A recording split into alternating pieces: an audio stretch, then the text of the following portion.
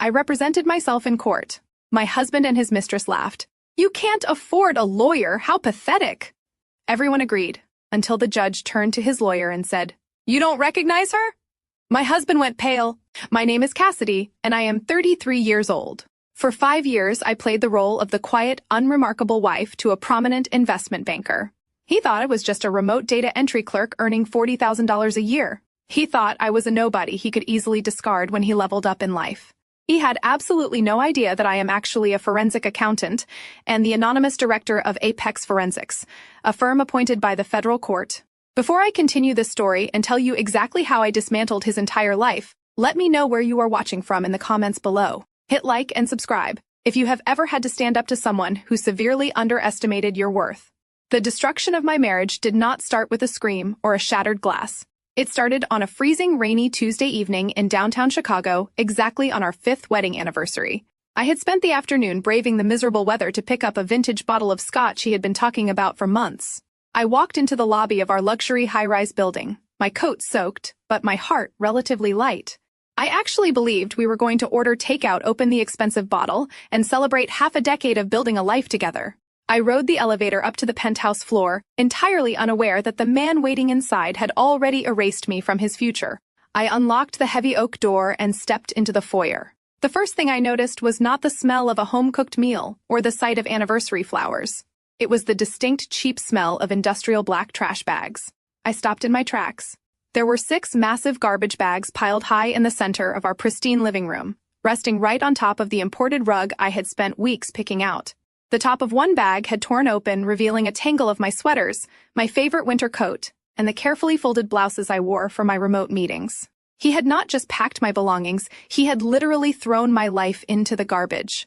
Bradley was sitting on the Italian leather sofa, his long legs crossed perfectly, a glass of amber liquid resting casually in his hand. At 35 years old, my husband was the picture of corporate arrogance. He was wearing his tailored charcoal suit, the exact one he always wore when closing a major acquisition at his investment bank. His dark hair was perfectly styled, not a single strand out of place, and his expression was completely devoid of any warmth or hesitation. He looked at me the same way he looked at an underperforming asset in his portfolio. "You are home early," he said, his voice flat and unapologetic. I stared at the trash bags, the rain dripping from my coat onto the hardwood floor. "What is this, Bradley? What are my clothes doing in garbage bags? Today is our anniversary." He took a slow, deliberate sip from his glass before setting it down on the glass coffee table. Next to his drink rested a thick stack of legal documents bound by a heavy blue clip. He picked up the stack and tossed it onto the glass surface. It landed with a heavy, final thud. "Those are divorce papers," he stated, leaning back into the cushions. "I already signed my portion. I need you to sign them tonight. Do not bother reading through the asset division. The lawyer made sure it is ironclad. You get what you came into this marriage with, which is essentially nothing." I stood frozen, the anniversary gift, suddenly feeling like a lead weight in my hands. "You are divorcing me, just like that. On our anniversary." Bradley let out a short, humorless laugh. "There is never a good day for bad news, Cassidy. Let us not make this more dramatic than it needs to be. I am moving in a different direction with my life, and frankly, you do not fit into the picture anymore." He stood up, walking slowly around the coffee table, looking me up and down with absolute disdain. "Look at yourself, Cassidy. I am a senior director at one of the top investment funds in the country. I attend galas, charity dinners, and high-stakes networking events. My colleagues have wives who are ambitious, elegant, and driven. And what do? You sit at home in sweatpants typing numbers into spreadsheets for some low-level administrative company. You make, what, $40,000 a year? You are a glorified secretary." The casual cruelty of his words hung in the cold air of the apartment. For 5 years, I had maintained my low-profile cover to protect my highly sensitive work at Apex Forensics. I audited federal fraud cases, unraveled offshore money laundering schemes, and testified as an expert witness in sealed courtrooms. I kept my identity hidden for safety and confidentiality, allowing Bradley to believe he was the sole financial powerhouse in our home. I had played the supportive, quiet wife so he could shine, and this was my reward. "You are boring, Cassidy," he continued, his voice dripping with condescension. "You have no drive, no ambition, no desire to level up in life. You are perfectly content being completely unremarkable. I need someone who operates on my level, someone who understands the complexities of real wealth and power. You are just dead weight, and I am finally cutting my losses. I looked at the trash bags containing the clothes I had worn. While quietly paying half the mortgage on this very apartment money, I funneled through a discreet trust so he could maintain the illusion of being the sole provider. I looked at the divorce papers resting on the table. A lesser woman would have cried. A lesser woman would have fallen to her knees, begged him to reconsider, or screamed about the injustice of throwing away 5 years of loyalty. But I did not cry. My analytical mind, the same mind that hunted down white-collar criminals for the federal government, instantly detached from the emotional betrayal and shifted into total survival mode. He thought I was an uneducated, unremarkable data entry clerk who would just quietly sign away her rights and vanish into the night. He thought I lacked the resources to fight him. He was relying on my supposed poverty to bully me into a swift, uncontested exit. "I need you out by midnight," Bradley added, checking his luxury watch as if I were a late appointment. He was eager to dismiss. "The bags are packed. Leave your keys on the counter. I have an early meeting tomorrow, and I do not want to wake up to your tears. Just sign the papers, take your garbage, and go back to whatever mediocre life you came from."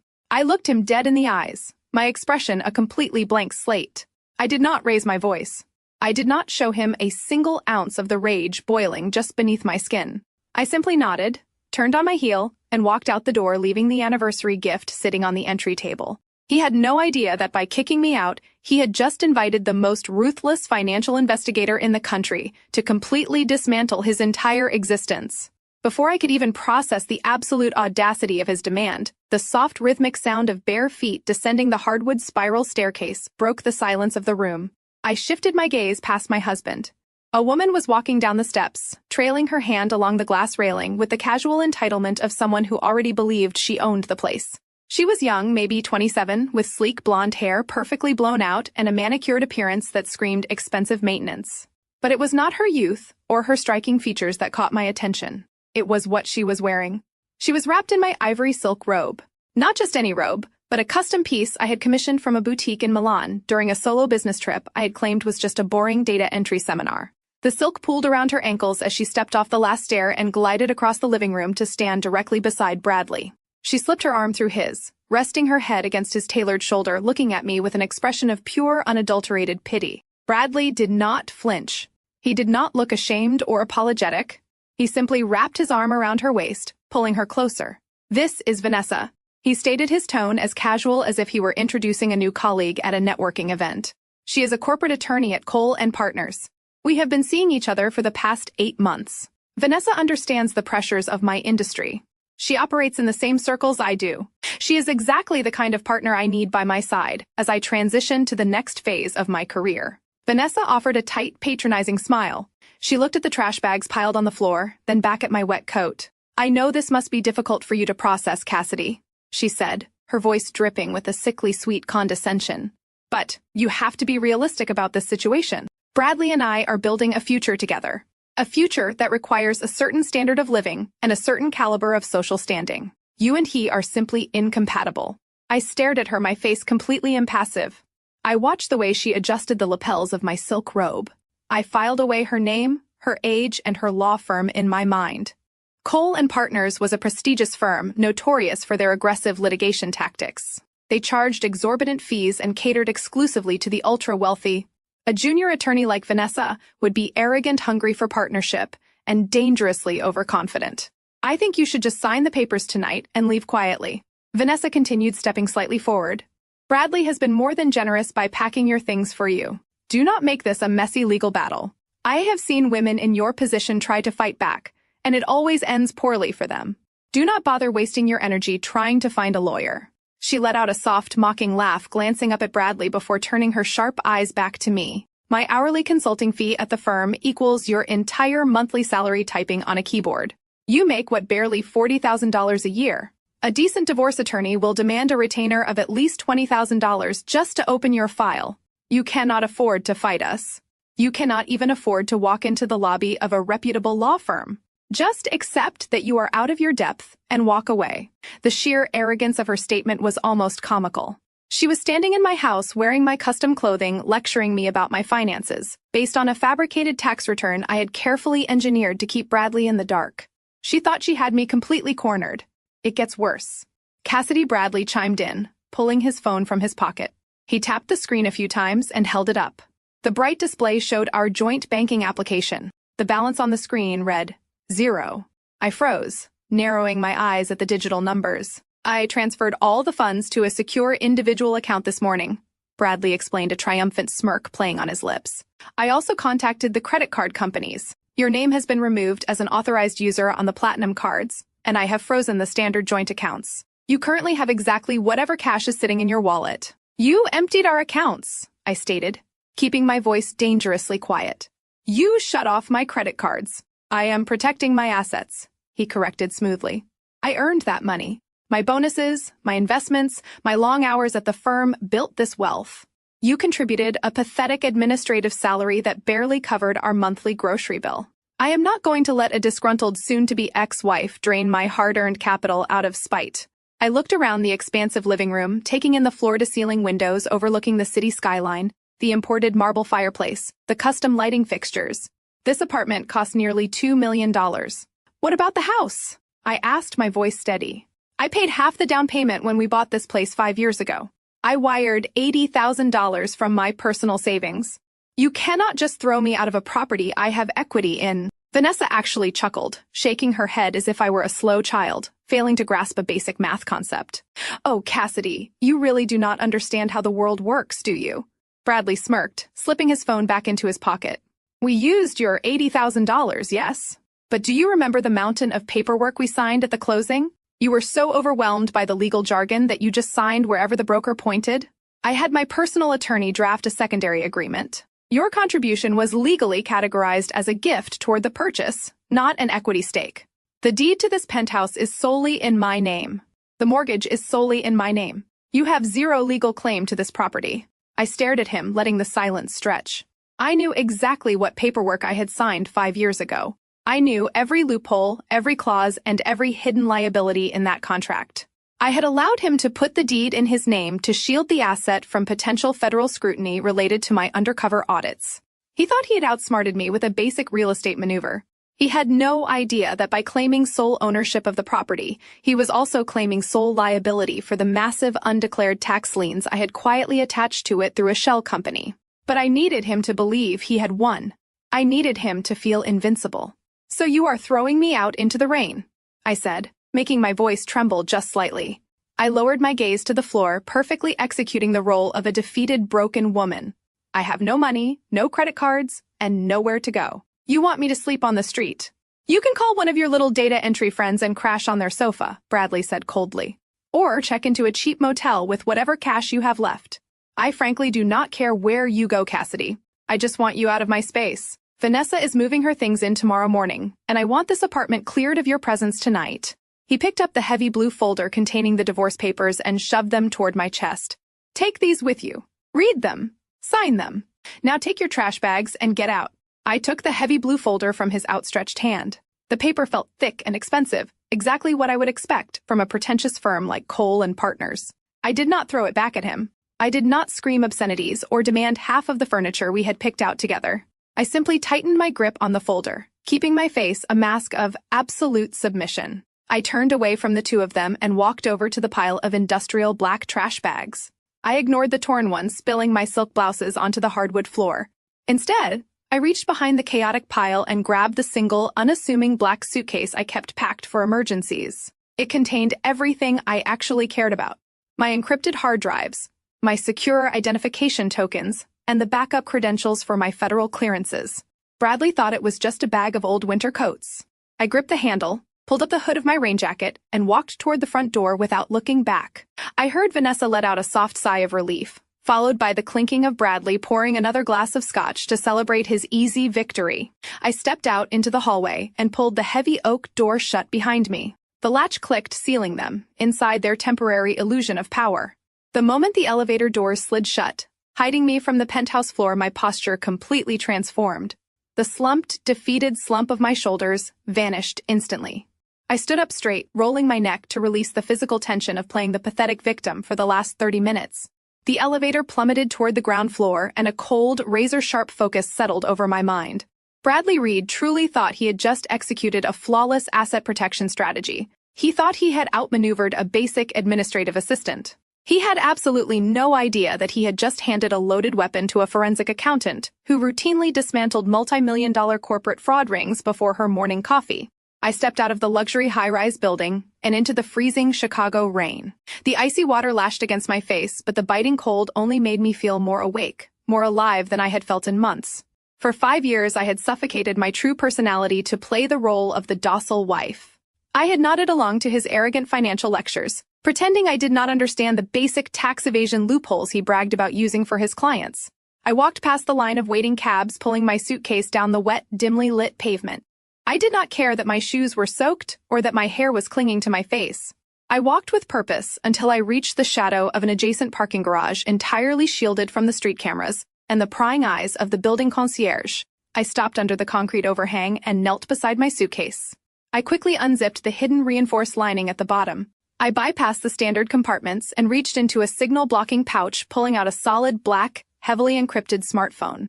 It was a device issued directly by my security division at Apex Forensics, completely untraceable and entirely off the grid. Bradley did not even know this phone existed. He thought he had disabled my only connection to the outside world when he cut off my primary cell service and froze my bank accounts an hour ago. I pressed my thumb to the biometric scanner and rapidly typed in a complex 16-digit alphanumeric passcode. The screen illuminated the dark alleyway with a harsh white light. I opened the encrypted communications channel and dialed a secure routing number. It rang exactly twice before my senior operations manager answered. His name was Cameron, and he was sitting in our secure data facility on the top floor of the financial district, surrounded by the best financial analysts in the country. "Good evening," Director Cameron said, his voice crisp and strictly professional over the encrypted line. "Are you secure?" "I am entirely secure," I replied, my voice cutting sharply through the sound of the pouring rain. "I need you to initiate a Level 4 forensic audit protocol immediately. Target is Bradley Reed." Cameron did not hesitate or ask unnecessary questions. "Understood. What are the specific parameters for the sweep?" I watched the rain wash over the dark pavement, a cold smile finally breaking across my face. "Sweep every single transaction Bradley Reed has made over the past 5 years. Dig into the hidden offshore accounts he manages. Track every single wire transfer he pushed through the Cayman Islands and pull the metadata on his encrypted corporate emails. I want his offshore tax evasion strategies mapped out. I want his corporate embezzlement footprints traced. I want every dirty financial secret he thinks he has buried brought to the surface. I want his entire financial existence dissected down to the last penny." Cameron audibly typed across his mechanical keyboard, the rapid clicking echoing through the phone speaker. "The firewall bypass is initiating now, Director. We are accessing the banking mainframes using our federal oversight authorization. We will have the preliminary data mapped and categorized by morning.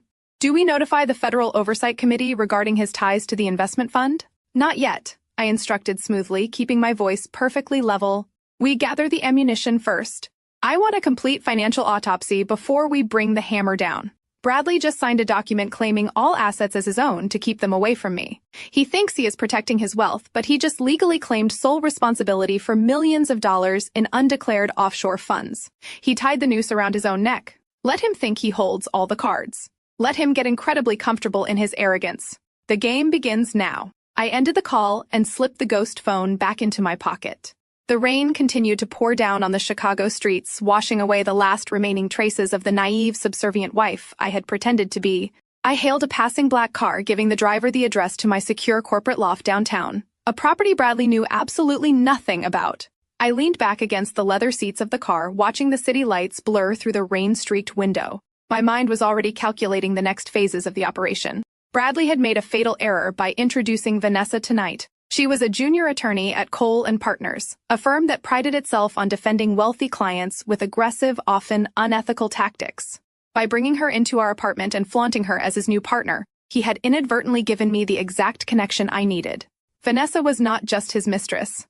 She was his legal shield, helping him route dirty money through shell companies, under the guise of attorney-client privilege. She thought she was untouchable because of her law degree. She had no idea that Apex Forensics specialized in piercing attorney-client privilege when major fraud was involved. They were both so blinded by their own narcissism that they could not see the massive trap they were walking into. I closed the blue folder and rested it on my lap. Tomorrow, I would start playing the role of the desperate, abandoned woman. I would let them push me into a corner. I would let his family mock my apparent poverty. I would let them all dig their graves a little deeper, because when the time came to finally reveal exactly who they were dealing with, I wanted them to have absolutely no way out. 4 days passed before I was forced to step back into their toxic orbit. I had zero intention of engaging with the Reed family ever again, but Bradley had deliberately retained the one item I actually valued. It was a vintage silver locket, the only physical piece of evidence I had left of my biological mother before I entered the foster care system. He knew its immense sentimental value, which meant he knew I would eventually have to come back to retrieve it. I pulled my modest 5-year-old sedan into the sweeping circular driveway of Patricia Reed Opulent's suburban estate. The driveway was already packed with a fleet of high-end luxury vehicles. I parked near the very edge of the property, taking a deep, steadying breath before walking up to the massive, custom double doors. The housekeeper let me in, her eyes immediately darting away in obvious discomfort. She knew exactly what I was walking into. The heavy, rich scent of roasted lamb and expensive designer perfume drifted from the formal dining room down the hall. I did not bother taking off my coat. I walked straight down the corridor toward the sound of clinking crystal glasses and boisterous, arrogant laughter. I stopped in the arched doorway of the dining room, framing myself against the heavy mahogany trim. The entire family was gathered for Patricia's mandatory Sunday dinner, a weekly ritual designed solely to stroke her fragile ego. Trent Bradley, older brother at 38, was aggressively pouring himself a heavy second glass of bourbon. His eyes were slightly bloodshot, and his phone vibrated relentlessly on the table next to his plate, a clear sign of the massive underground gambling debts my forensic team had already uncovered. Sitting quietly beside him was his wife, Naomi. She was a stunning African-American woman, with sharp, incredibly observant eyes, dressed in an elegant emerald sheath dress. Naomi was the only person in this entire family who possessed any actual intelligence, and she was currently watching the room with the quiet, calculating intensity of someone playing a very dangerous game. At the absolute head of the long mahogany table sat Patricia. She was 60 years old, dripping in diamonds, purchased entirely with her late husband. Wealth, her face pulled tight by highly expensive cosmetic procedures. And sitting directly to Patricia right, occupying the exact chair that had been mine for the last 5 consecutive years, was Vanessa. The young attorney wore a tailored designer dress that cost more than the average person made in a month, sipping her wine with a look of extreme self-satisfaction. The loud laughter abruptly died the exact second my sensible scuffed work heels clicked against the hardwood floor. Bradley noticed me first. He leaned back in his chair, draping his arm casually over the back of Vanessa's seat, a cruel smirk forming on his lips. Patricia set down her wine glass with a sharp, deliberate clink that echoed across the quiet room. She did not offer me a seat. She did not ask the staff to fetch me a plate. She simply looked at my plain gray cardigan and practical dark trousers with absolute, unfiltered revulsion. "I am only here for the silver locket Bradley kept," I stated, keeping my voice perfectly even and entirely devoid of any emotion. "Give it to me, and I will leave you to your evening." Patricia let out a high, breathy laugh that grated violently against my ears.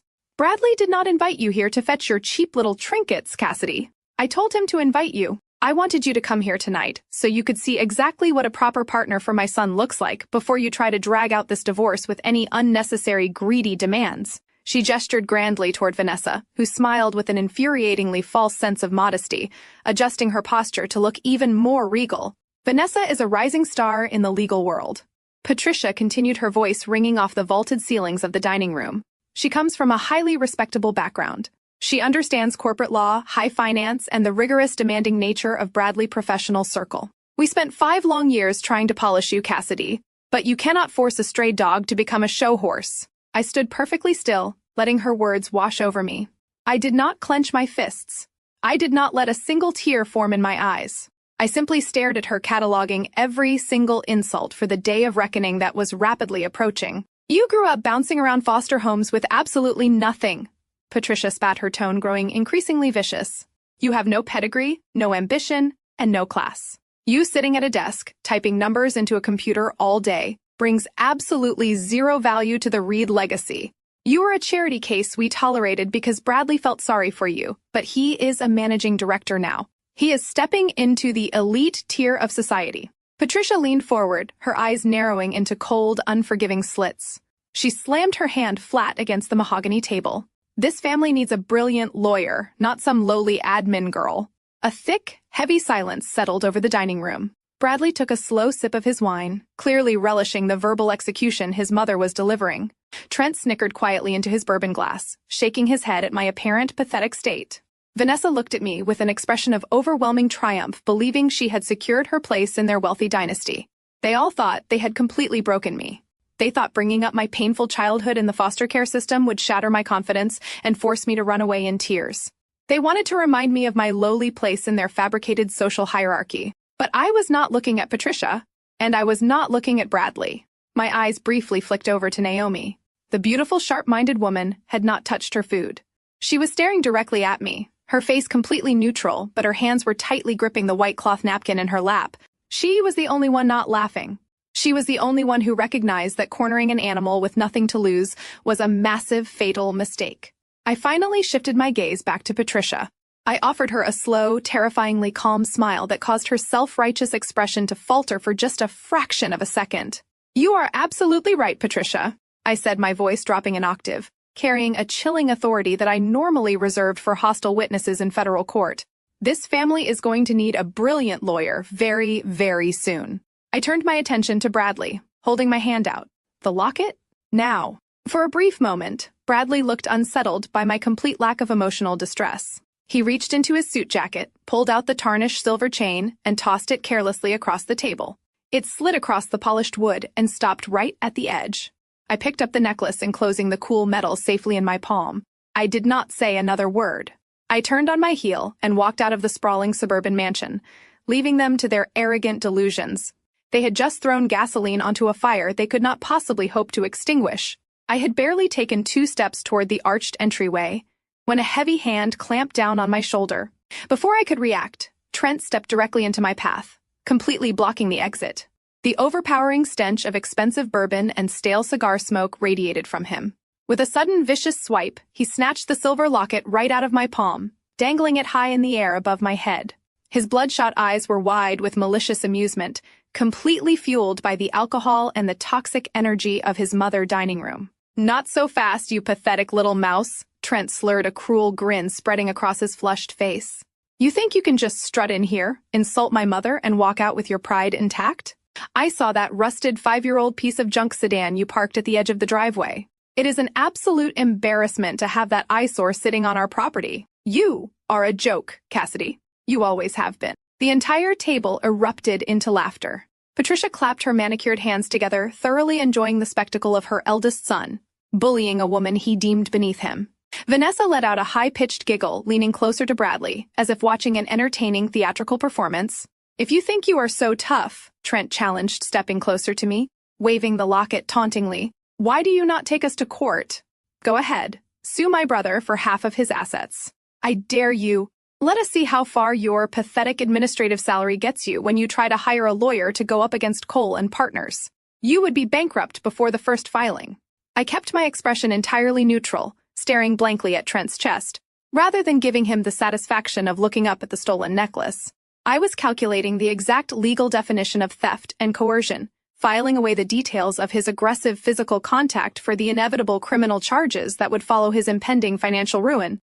Bradley pushed his chair back and stood up. He picked up a freshly poured, oversized crystal glass of deep red vintage wine from the table. He walked slowly toward me, his expensive leather shoes completely silent against the hardwood floor. He stopped right beside his brother, looking at me with an expression of pure, unadulterated contempt. "My brother is absolutely right," Cassidy Bradley said, his voice smooth and incredibly dangerous. "You have gotten entirely too comfortable, speaking out of turn. You need a harsh reminder of exactly where you stand in the real world." Without a single ounce of hesitation, Bradley tilted his wrist. The dark, crimson wine poured directly from the crystal glass, splashing violently across the front of my gray cardigan and completely soaking my white blouse. The cold liquid seeped instantly through the fabric, chilling my skin. The dark red stains bloomed like open wounds across my chest. The dining room exploded into a chorus of arrogant, cruel laughter. Patricia let out a delighted gasp, bringing her hand to her mouth in mock shock while her eyes gleamed with absolute malice. Vanessa smiled smugly, crossing her arms over her chest, thoroughly enjoying my public humiliation. Even the housekeeper quickly averted her eyes, silently retreating into the kitchen to avoid witnessing the brutal degradation. I did not gasp. I did not flinch. I did not try to wipe the dripping wine from my ruined clothes. I stood perfectly still, letting the freezing liquid drip down my front and onto the pristine hardwood floor. My mind was a steel trap. They wanted a reaction. They wanted me to scream, to cry, to beg for mercy. I refused to give them a single drop of satisfaction. Vanessa stood up gracefully and walked over to the mahogany console table near the entryway. She picked up a crisp, legal-sized document and a heavy gold pen. She walked over to me, her designer heels clicking rhythmically, and held the document out. "This is a comprehensive waiver of marital assets," Vanessa stated, her tone dripping with professional arrogance. "It legally strips you of any right to claim alimony, spousal support, or any equity in the penthouse. It is completely binding. Bradley had me draft it this morning." Bradley took the silver locket from Trent, hand-holding the delicate chain between his fingers. He dangled my mother, only keepsake, right in front of my face. "Here are your options," Cassidy Bradley said coldly. "You take this gold pen, you sign your name on the dotted line, and you give up any ridiculous, greedy delusion you have about touching my money. If you do that, I will give you back this cheap little piece of junk metal. If you refuse to sign, I will drop this locket down the garbage disposal tonight and grind it into silver dust. The choice is yours." I looked at the document in Vanessa's hand. My highly trained legal mind instantly dissected the situation. Signing a legal waiver while covered in spilled wine, surrounded by hostile individuals and under the explicit threat of property destruction, was the textbook definition of signing under duress. Any competent judge would throw this document out of court in less than 30 seconds. It was legally worthless. It was garbage. But Bradley and Vanessa were too blinded by their own narcissism and false sense of supremacy to realize they were committing a massive procedural error. They wanted me to sign it to stroke their egos. They wanted absolute submission. I reached out and took the gold pen from Vanessa's hand. I did not say a word. I pressed the document against the hard surface of the console table and signed my name with a perfectly steady, fluid motion. I handed the pen back to Vanessa, who snatched the document away with a triumphant, victorious smirk. Bradley laughed, a harsh, dismissive sound. He did not hand the locket to me. He simply dropped it onto the floor, letting it clatter against the hardwood right beside my wet, sensible shoes. "Good girl," Bradley sneered, turning his back on me to walk back to the dining table. "Now get out of my mother house before you stain the rugs." I slowly bent down and picked up the silver locket. I brushed a single speck of dust from its surface and clasped it tightly in my hand. As I stood back up, my eyes locked directly onto Naomi. She was still sitting at the table, her hands clenched so tightly in her lap that her knuckles were white. Her dark eyes were blazing with a silent, intense fury directed entirely at her husband and his repulsive family. She gave me a fraction of a nod, an almost imperceptible movement that confirmed exactly what I needed to know. The alliance was formed. I turned around and walked out into the cold night air, my wine-soaked clothes clinging to my skin. They thought they had broken me. They thought they had won the war by winning a single pathetic battle. They had absolutely no idea that I was already drafting the federal indictments that would tear their entire empire down to the ground. Before my hand could even brush the heavy brass handle of the front door, a sudden and violent crash echoed from the dining room behind me. The sharp sound of shattering crystal cut through the arrogant laughter of the Reed family. I stopped in my tracks and turned around. Naomi had suddenly knocked over a massive glass water pitcher, sending an absolute tidal wave of ice water cascading across the mahogany table and directly onto Trent's lap. Trent jumped up, cursing loudly, as the freezing water soaked his expensive trousers. Patricia shrieked frantically, pulling her diamond bracelets away from the spreading puddle. In the midst of the engineered chaos, Naomi stumbled backward, her emerald dress swishing as she forcefully grabbed my arm to steady herself. Her fingers dug into my wine-soaked cardigan with an iron grip. "I am so clumsy tonight," Naomi announced, her voice pitched loud enough for the entire room to hear over Trent's aggressive swearing. "Let me help you get that wine stain treated immediately, Cassidy. The kitchen staff has club soda. Come with me right now." Before Patricia could object or Bradley could issue another cruel command, Naomi practically dragged me out of the dining room and pushed me through the house. The heavy swinging doors of the chef kitchen, the thick doors swung shut behind us, instantly cutting off the noise of the chaotic dining room. The kitchen was completely empty. The catering staff had already retreated to the service quarters to avoid Patricia's wrath. The second we were isolated in the gleaming stainless steel room, the clumsy, apologetic facade dropped from Naomi's face entirely. There was no mocking smile. There was no trace of the subservient daughter-in-law Patricia demanded her to be. Naomi stood tall, her dark eyes blazing with a fierce, calculating intelligence.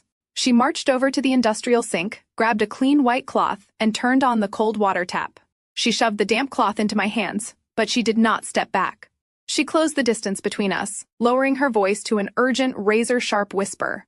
"I know you just signed that garbage waiver to get your mother necklace back," Naomi said, her tone dead serious. "But you need to listen to me very carefully right now. Do not sign a single legal document in front of a real judge. Do not let them bully you into a quick settlement."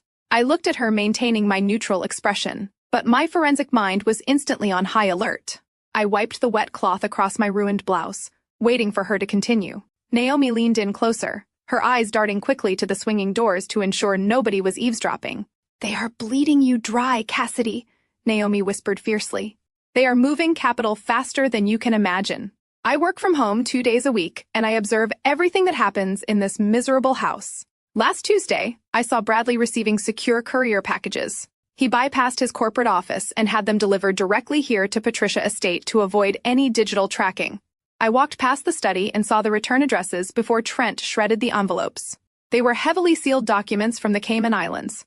My heart executed a slow, deliberate beat. The Cayman Islands, the absolute holy grail of offshore tax evasion and corporate money laundering. I had already instructed my team at Apex Forensics to look into his international routing numbers, but having physical confirmation of courier deliveries to his mother's suburban address was a massive operational breakthrough.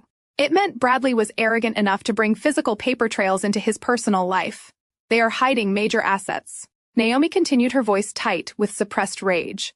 Bradley and Vanessa are setting up offshore shell companies. Trent is helping them route the paperwork because he owes massive debts to underground bookies.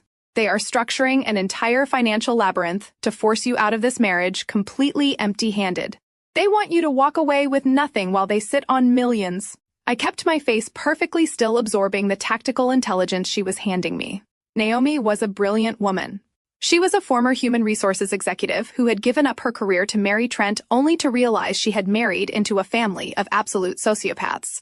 She was trapped in the same gilded cage I had just been thrown out of, but she was entirely awake to their corruption. "Why are you telling me this?" I asked, my voice barely above a breath. "You are married to his brother. If they go down for offshore fraud, Trent goes down with them." Naomi let out a bitter, humorless scoff. "Trent is already draining my personal savings to cover his gambling losses. He thinks I do not notice the missing funds. This family is a toxic, rotting, sinking ship. Cassidy. They view anyone who is not a blood relative as a disposable asset. They treat you like garbage because of your background, and they treat me like a silent accessory. I refuse to go down with them. I need a way out, and I know you are much smarter than you let them believe. I see the way you watch them. You are planning something." I looked deeply into her dark, intelligent eyes. She was handing me the exact physical evidence vector I needed to tear Bradley offshore empire to shreds. She was taking a massive risk by speaking against the Reed family inside their own fortress. We were two outsiders brought into their wealthy dynasty, deeply underestimated and fiercely determined to survive. I took a slow breath, dropping my voice to match her secretive tone. "The Cayman Islands documents. Do you know where Trent and Bradley keep the shredded remains or the digital backups?" Naomi nodded slightly, her expression hardening with absolute resolve.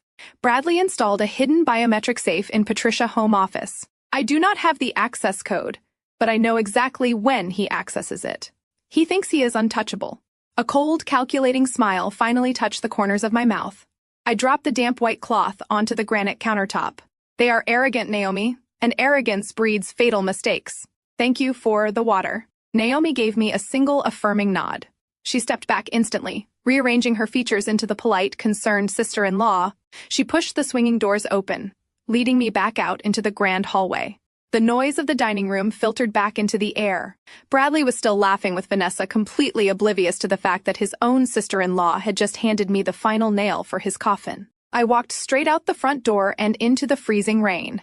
As I started the engine of my sensible sedan, I pulled out my secure phone. The Cayman Islands connection was confirmed.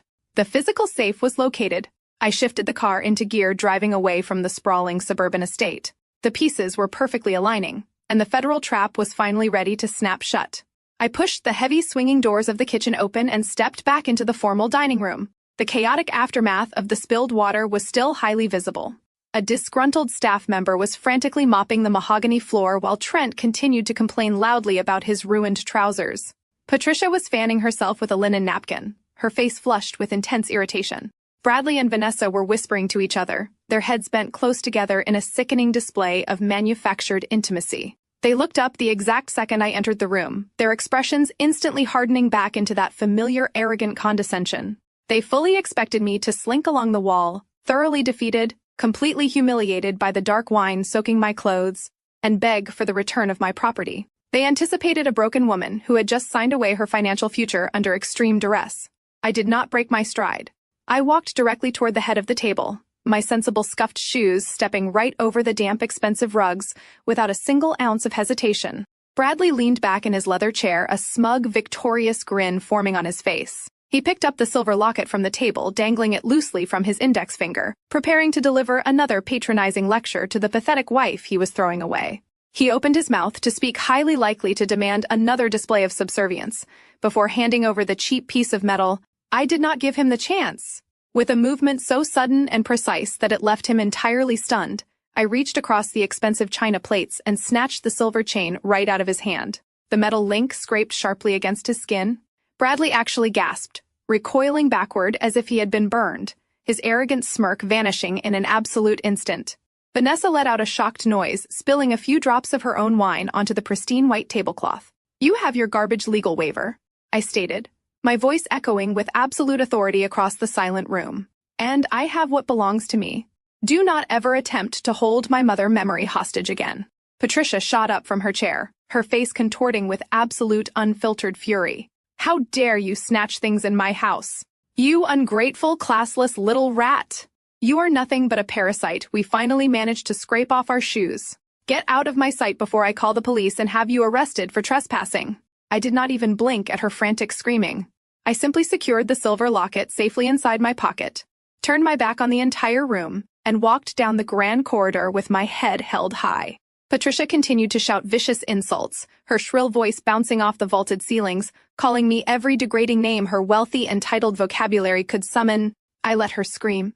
Her anger was nothing but the desperate noise of a woman who had no idea her entire fraudulent empire was about to burn to the ground.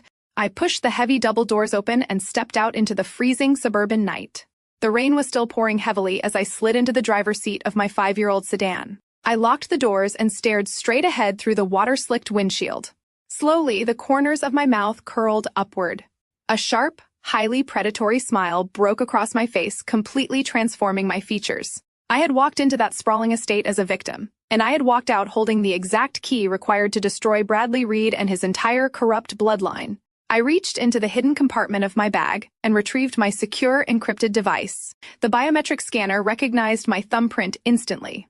I bypassed the standard routing protocols and opened a direct line to my senior operations manager at Apex Forensics. Cameron answered on the very first ring. We hit a massive encrypted firewall on the offshore routing. He is using highly sophisticated randomized shell company identifiers.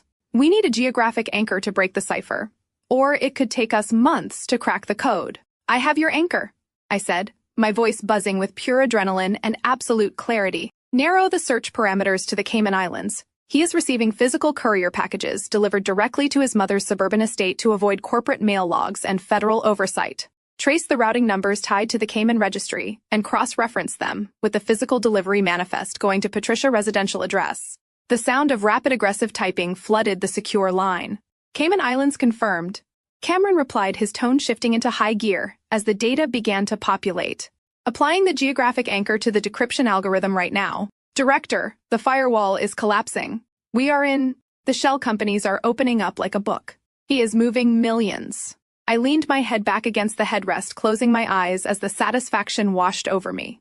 Bradley thought he was a financial genius. He thought hiding physical documents at his mother house made him untraceable. He failed to realize that the most dangerous threat to his freedom was not the federal government. It was the quiet, observant women he brought into his family and treated like absolute garbage. Naomi had just handed me the master key to the vault, download every single ledger I ordered softly into the phone, map the entire money laundering network, flag every transfer Vanessa authorized, and tag every account Trent used to cover his gambling debts. Build the entire web. "Understood," Director Cameron said. "This is going to be a bloodbath." I shifted the car into gear, my headlights cutting through the dark, rainy street. We are about to show the Reed family exactly what a classless administrative assistant can really do. The intelligence gathering phase was officially complete. It was time to start setting the legal traps that would ensure none of them ever saw the outside of a federal prison cell. The morning after the disastrous Sunday dinner, I sat behind the massive glass desk in my actual office. Located on the 42nd floor of a secure high-rise in downtown Chicago, the headquarters of Apex Forensics was a fortress of federal data analysis.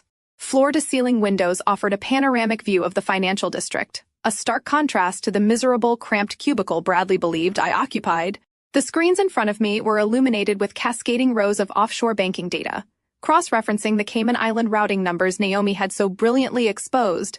We were mapping Bradley Reed and his massive money laundering operation down to the very last digital cent. Suddenly, a red notification light flashed across my secure communications console. My chief of staff, a highly intelligent and ruthless former federal agent named Lauren, stepped into my office. Her expression was a mixture of deep professional focus and sharp amusement. "Director, we have an incoming call on the external cover line," Lauren stated, holding a sleek tablet. "The caller ID is verified as Bradley Reed." He routed the call through his corporate office directly to the main switchboard of Oakwood Data Solutions. Oakwood Data Solutions was the meticulously crafted shell company I used as my employment cover. To the outside world, and specifically to my husband, it was a mediocre low-level administrative firm that processed mindless data entry for mid-tier clients. It was the perfect boring alibi to explain my $40,000 salary and my flexible remote working hours. Bradley had clearly done a quick internet search this morning to locate their human resources department. A cold, razor-sharp smile touched the corners of my mouth. He was not satisfied with throwing wine on me and kicking me out into the rain. He wanted to ensure I was completely destitute. He wanted to sever my only supposed source of income so I would have absolutely no resources to hire an attorney. It was a classic, highly predictable move for a corporate narcissist. "Put him on the secure speaker," I ordered, leaning back in my leather ergonomic chair. "I will monitor the audio. Answer the call as the head of human resources. Let us see exactly how far he is willing to go to destroy a life he already thinks is pathetic." Lauren tapped the screen, routing the audio directly into my office. She cleared her throat instantly, shifting her demeanor into that of a stressed mid-level corporate manager. "Oakwood Data Solutions. Human Resources. This is Lauren speaking. How may I help you?" The smooth, heavily polished voice of my husband filled my office. Bradley was using his absolute best investment banker tone. It was the exact voice he used when convincing wealthy clients to hand over their life savings. It dripped with manufactured charm and false sincerity. "Good morning, Lauren Bradley," began, pausing perfectly for dramatic effect. "My name is Bradley Reed. I am the managing director at a major financial institution here in the city. I am calling regarding one of your data entry clerks, Cassidy Reed, or I suppose she might be going by her maiden name now." Lauren feigned a polite, professional curiosity. "Yes, Mr. Reed. Cassidy is one of our remote administrative employees. Is there an emergency we need to be aware of?" "I am afraid there is a severe situation," Bradley said, lowering his voice to sound incredibly grave and deeply burdened. "I am currently going through a very difficult divorce with Cassidy. I am not calling to bring my personal drama into your workplace, but I felt a strong moral and ethical obligation to warn your company before you suffer a massive liability." I rested my chin on my hands, thoroughly enjoying the performance. He was painting himself as the noble, wealthy savior, warning the poor, defenseless small business. "What kind of liability, Mr. Reed?" Lauren asked, injecting the perfect amount of rising panic into her voice. Bradley let out a heavy, manufactured sigh. "After separation proceedings, my legal team uncovered that Cassidy has been systematically siphoning thousands of dollars from my secure accounts. She has a severe, undocumented gambling problem and a history of erratic financial behavior. She completely drained our joint savings before I could secure them.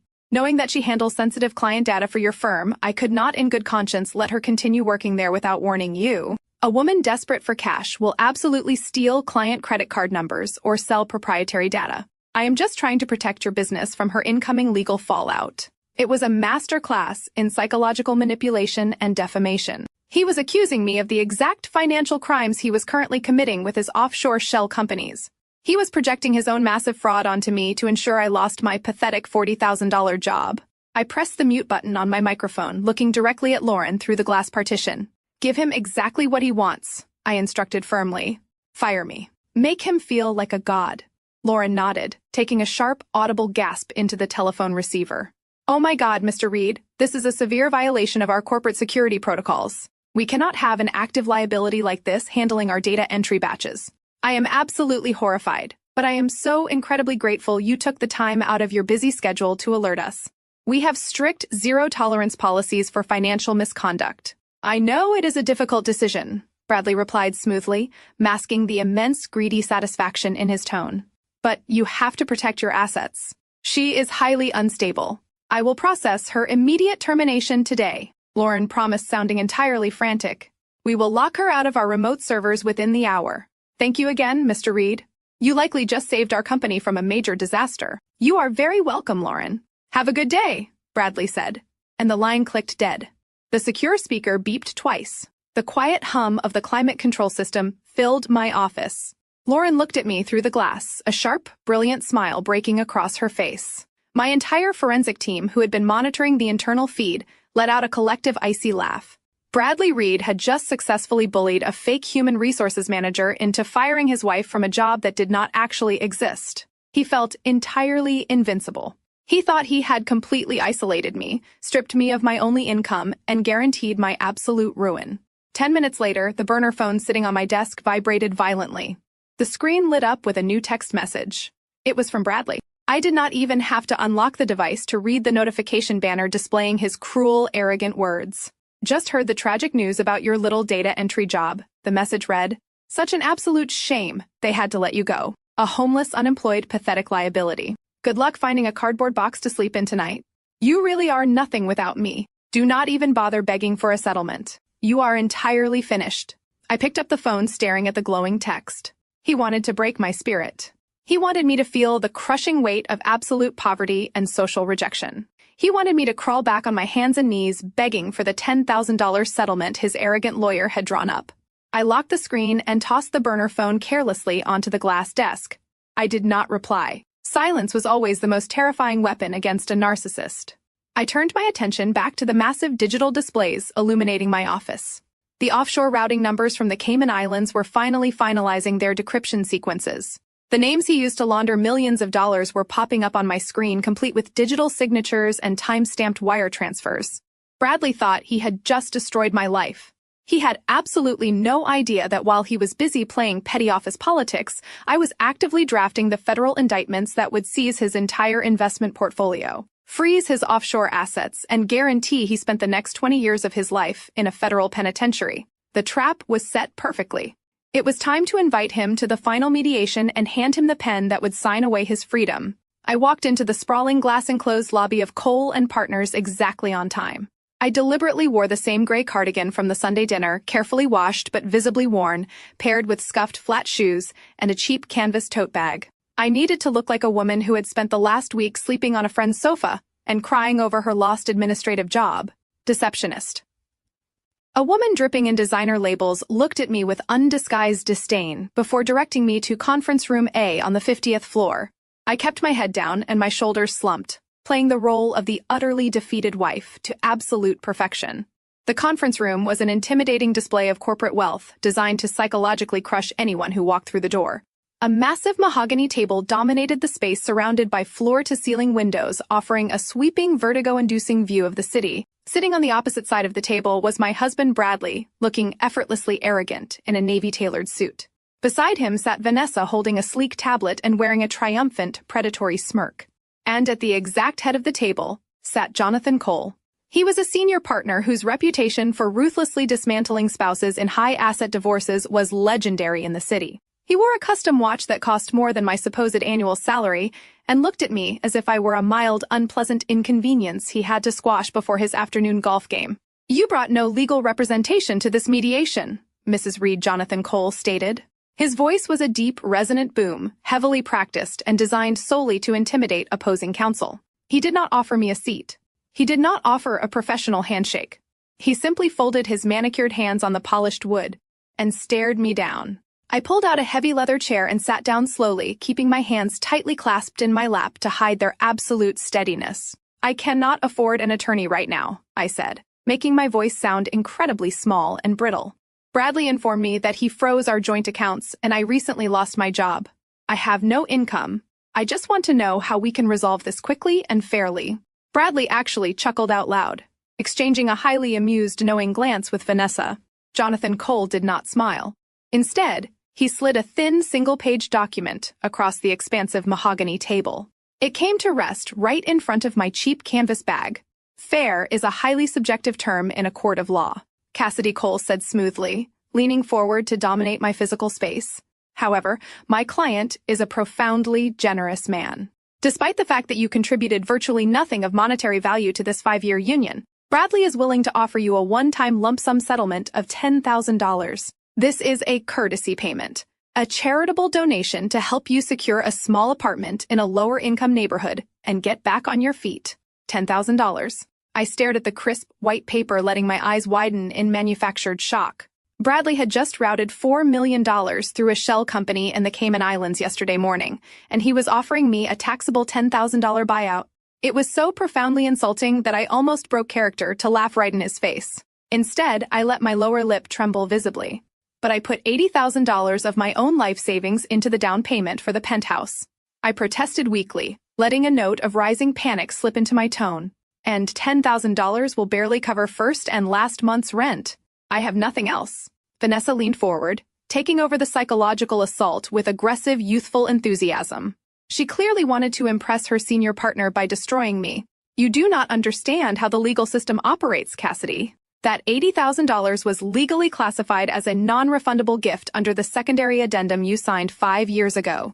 If you refuse this incredibly generous offer and attempt to take Bradley to court, you will be utterly destroyed. We will file immediate motions for summary judgment. We will bury you in the discovery phase. Do you have any idea what it costs to compel financial disclosures in a contested divorce? Jonathan Cole nodded seamlessly, backing up his junior associate to create a united wall of intimidation. You are looking at a minimum retainer of $25,000 just to get a competent family law attorney to return your phone call. The exact moment you file a petition, we will countersue for legal fees due to frivolous litigation. We will demand a full forensic accounting of your personal expenses, which will cost another $30,000 that the judge will force you to pay when you lose. You are currently unemployed. You are completely broke. If you walk into a courtroom against this firm, you will not just walk out with nothing. You will walk out owing us hundreds of thousands of dollars in legal debt. You will be paying off this divorce for the rest of your natural life. I sat in silence, listening to them barrage me with legal terminology. My internal forensic mind was rapidly analyzing every single threat. They were actively utilizing predatory intimidation tactics, banking entirely on my supposed ignorance. They assumed terms like summary judgment and discovery phase would terrify an uneducated data entry clerk into immediate submission. They were gaslighting me, maliciously manipulating the financial reality of the legal system to force a rapid, uncontested signature. It was a blatant violation of ethical conduct, and Jonathan Cole was risking his entire senior partnership by participating in such a transparently coercive mediation. Take the $10,000, Cassidy Bradley said, leaning back and casually inspecting his fingernails. It is $10,000 more than you actually deserve. Take the check, sign the waiver, and disappear from my city. If you choose to be stubborn and fight me, I will personally make sure you never recover financially. I will ruin you so completely that you will regret the day you ever met me. I looked down at the document, letting a single carefully produced tear fall onto the polished mahogany table. I reached into my cheap canvas bag and pulled out a standard ballpoint pen. I let my hand shake visibly as I hovered the pen over the signature line. Cole, Vanessa, and Bradley all leaned forward slightly, their eyes gleaming with predatory anticipation. The trap was set perfectly. They thought they were seconds away from a total devastating victory. They had absolutely no idea I was about to ask for the one specific document that would send every single one of them to federal prison. I let the standard ballpoint pen slip from my trembling fingers. It clattered loudly against the polished mahogany table, rolling to a stop right next to their insulting $10,000 settlement offer. I squeezed my eyes shut, buried my face in my hands, and let my shoulders heave with loud, ragged sobs. The sound of my manufactured despair echoed violently in the cavernous, soundproofed conference room. It was an absolutely flawless performance. I channeled every single ounce of the stress, exhaustion, and betrayal from the past week into this singular theatrical display of total heartbreak. "Oh, for God's sake, Cassidy," Bradley groaned, his voice dripping with intense irritation and profound disgust. "Pull yourself together. You are acting like a child." Vanessa let out a dramatic, exasperated sigh, crossing her arms over her chest and rolling her eyes at the ceiling. Jonathan Cole simply tapped his expensive custom watch, clearly annoyed that my emotional breakdown was cutting into his highly valuable billable hours. I gasped, pulling my hands away from my face and looking at Bradley with wide, tear-filled eyes. I just cannot believe 5 years meant absolutely nothing to you. I supported you. I stayed out of your way. I gave you everything, and you just replace me and throw me out into the rain like garbage. Mrs. Reed. Jonathan Cole interrupted, his deep voice carrying a tone of absolute boredom. Emotional displays will not increase the financial settlement offer currently on the table. My client has drawn a firm line. You need to sign the waiver. I reached into my pocket and pulled out a crumpled, cheap paper tissue. I dabbed at my eyes, letting my breath hitch perfectly. I do not want more money, I whispered, my voice cracking with fragile vulnerability. I know I am completely beaten. You have all the power, Bradley. You have the aggressive lawyers. You have the penthouse. You have the wealth. I just have a meaningless desk job that I lost because you decided to ruin my life.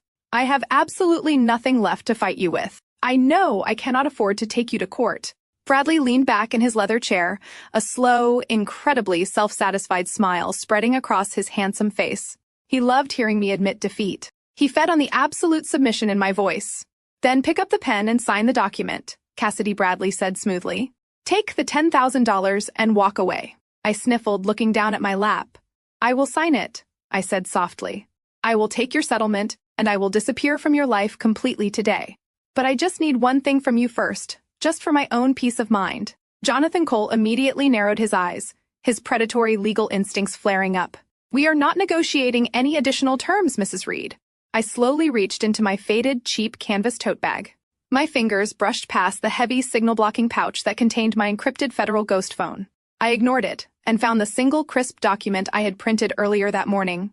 I pulled it out with deliberately shaking hands and slid it across the expansive mahogany table, pushing it right next to their settlement offer. It was a standard boilerplate affidavit of financial disclosure. I had intentionally printed it on cheap, low-grade copy paper, making it look exactly like a generic form a desperate, uneducated woman would download for free from a public library computer. What is this trash? Vanessa demanded, leaning forward to inspect the paper with pure, unfiltered disdain. It is just a standard disclosure form, I said, wiping another fake tear from my cheek and looking at Bradley with an expression of pathetic desperation. I printed it out this morning. I just need emotional closure, Bradley. I need to know that my entire marriage was not a complete financial lie. I just need you to sign this swearing under oath that you have not hidden any other money from me, that you truly only have your corporate salary, the penthouse, the cars, and the joint savings you already emptied. I let my voice drop to a pleading, naive whisper. Just swear to me on paper that there are no secret accounts, no hidden millions tucked away somewhere. If you just sign this proving you are telling the truth about your assets, I will sign your settlement right now. I will take the $10,000, and you will never have to see my face ever again. Jonathan Cole immediately reached out and snatched the paper from the table. He scanned the text with his sharp eyes, his jaw tightening. My client is under absolutely no obligation to sign an arbitrary document provided by an unrepresented opposing party. We will not be signing this, Bradley. But Bradley was not looking at his senior counsel. He was looking directly at me. He saw a broken, pathetic, hysterical woman who simply needed a tiny, completely meaningless concession to surrender her entire life. He saw an incredibly easy way out that avoided months of highly annoying, drawn-out legal paperwork. Let me see it, Jonathan Bradley commanded, extending his hand toward the older lawyer. Bradley, as your retained counsel, I strongly advise against signing any legal document that my firm did not personally draft. Cole warned, his voice low and serious. Bradley arrogantly snatched the paper out of Cole's hand anyway. It is just a generic internet disclosure form, Jonathan Bradley scoffed, glancing carelessly over the cheap paper. She is just being overly emotional and needs a piece of paper to make her feel better about walking away with absolute pocket change. She genuinely thinks I am hoarding some massive secret fortune like a movie villain. He laughed, a cruel, echoing sound that filled the room. Look at her, Jonathan. She is completely broken. If my signature on this useless piece of paper gets her out of my life today, without a lengthy court battle, I am signing it. Vanessa leaned over Bradley's shoulder, peering at the document. She wanted to prove her worth to the senior partner, completely missing the massive federal trap hidden beneath the mundane legal formatting. It is just standard boilerplate language, Vanessa whispered confidently, confirming her boyfriend's arrogant assumption. It just affirms his current declared visible assets. It has no real teeth. It gets her out of our hair today. I kept my head down, staring intently at my lap, biting the inside of my cheek so hard, I tasted metallic copper just to prevent a victorious, predatory smile from breaking through my facade. They were so utterly blinded by their own superiority and classism. They thought I was a naive, heartbroken wife, begging for a scrap of emotional closure. They had absolutely no comprehension of the forensic nightmare they were actively walking into. The affidavit of financial disclosure was not just a piece of paper. It was a legally binding document sworn under penalty of perjury. By signing it, Bradley was legally swearing to the federal government that he possessed no other financial assets. He was deliberately omitting the $4 million actively sitting in his Cayman Island shell companies, the exact accounts my team at Apex Forensics had already mapped and verified. The second he put his signature on that line, it ceased to be a messy civil divorce dispute. It became a highly documented, undeniable federal crime. Bradley picked up the heavy gold pen from the table. I held my breath, playing the role of the shattered victim, while the forensic accountant inside me watched the executioner raise the axe over his own head. Jonathan Cole made one final desperate attempt to assert his authority as senior counsel. He reached his hand across the expansive mahogany table, his heavy gold cufflinks catching the harsh overhead light, trying to physically pull the cheap piece of paper away from his arrogant client. I am explicitly advising you against this. Bradley Cole warned, his deep voice dropping to a dangerous, rigid register. You do not sign unverified financial disclosures in a divorce mediation. We have a highly structured legal strategy. Do not deviate from it just to satisfy her emotional demands. Bradley did not even look at his lawyer. He simply pulled the document entirely out of Cole's reach, flattening it onto the table with a sharp, dismissive slap of his hand. Bradley possessed the exact kind of blind, impenetrable arrogance that destroyed empires. He paid Jonathan Cole a massive retainer, which meant he viewed the brilliant litigator not as a trusted advisor but as a highly paid servant. In Bradley's mind, he was the smartest man in every single room he entered. He was an elite investment banker who manipulated global markets. He genuinely believed it was absolutely impossible for a woman who wore scuffed flats and carried a canvas tote bag to outsmart him. Vanessa leaned closer to Bradley, resting her manicured hand lightly on his tailored shoulder. She looked at Jonathan Cole with a thinly veiled expression of defiant superiority. With all due respect, Vanessa purred, her voice dripping with the reckless overconfidence of a junior attorney desperate to prove her worth. We are talking about a generic internet printout. It is a completely standard form affirming that Bradley has fully disclosed his domestic checking accounts, his retirement fund, and the penthouse equity. It is legally redundant. If signing this piece of trash gets her to sign the $10,000 settlement right now, we avoid months of discovery and countless billable hours. Let him sign it. It is a strategic win. Cole sat back heavily in his leather chair. He folded his arms across his chest and stared at Vanessa with a look of absolute chilling professional disgust. He knew she was a fool, but he also knew he could not physically force a pen out of his client's hand. If you proceed with this against my direct legal counsel, Cole stated coldly, staring directly at Bradley, I want it explicitly noted for the record that my firm takes zero responsibility for whatever liability this unauthorized document creates. Noted and ignored, Jonathan Bradley sneered, picking up the heavy gold pen that rested beside the settlement offer. He looked down at the affidavit of financial disclosure, his eyes scanning the cheap, slightly wrinkled paper. He let out a loud theatrical sigh, shaking his head as if he were indulging a highly irrational toddler. You really are pathetic, Cassidy Bradley mocked, reading the top lines of the document. An affidavit of financial disclosure under penalty of perjury. You actually printed a sworn oath. Do you genuinely believe I am hiding some massive treasure chest from you? Do you think I have millions of dollars buried in the backyard or locked away in some offshore tax haven? He laughed again, a cruel echoing sound that bounced off the glass walls of the conference room. Vanessa joined in her high-pitched giggle, grating against the quiet tension of the room. They were openly laughing at the exact reality of their criminal enterprise. They were making a joke out of the $4 million, actively sitting in their Cayman Islands shell companies. They were laughing right in the face of the federal investigator, who had already mapped every single one of their illicit wire transfers. I kept my head bowed, my shoulders shaking in a perfectly manufactured display of quiet, defeated weeping. I just need to know the truth, I whispered, letting my voice crack with fragile desperation. I just need you to swear to it. Fine, Bradley declared, uncapping the gold pen with a sharp, definitive click. I swear to you, Cassidy. I swear to the courts. I swear to whoever you want. I possess absolutely zero undisclosed financial assets. My wealth is entirely visible and thoroughly documented. I have nothing to hide from you. He brought the pen down to the paper, I watched from beneath my eyelashes as the dark ink bled into the cheap fiber of the page. Bradley filled out the asset declaration boxes with aggressive sweeping strokes, drawing bold lines through the sections asking for international holdings, corporate equity, and offshore trusts. He was intentionally legally declaring those assets did not exist. He reached the bottom of the page and signed his name with a massive, arrogant flourish. Vanessa, wanting to cement her role as the victorious legal mastermind of the day, reached into her designer briefcase. She pulled out her official state notary stamp. "Since this requires a sworn oath, let me make it official for you, Cassidy," Vanessa said sweetly, pressing the heavy stamp down next to Bradley's signature and signing her own name as the acting officer of the court. "We want to make sure you have your precious emotional closure." The heavy thud of the notary stamp hitting the table was the loudest sound in the entire world. It was the sound of a steel trap slamming completely shut. Bradley pushed the signed notarized affidavit across the mahogany table. It stood perfectly to a stop right in front of me. "There you go," he said, tossing the gold pen carelessly next to it. "You have my sworn oath. I am entirely broke beyond what you already know. Now wipe your tears. Pick up that pen and sign my settlement." I stared at the document. Bradley's signature was bold and clear. Vanessa Notary's seal was perfectly legible.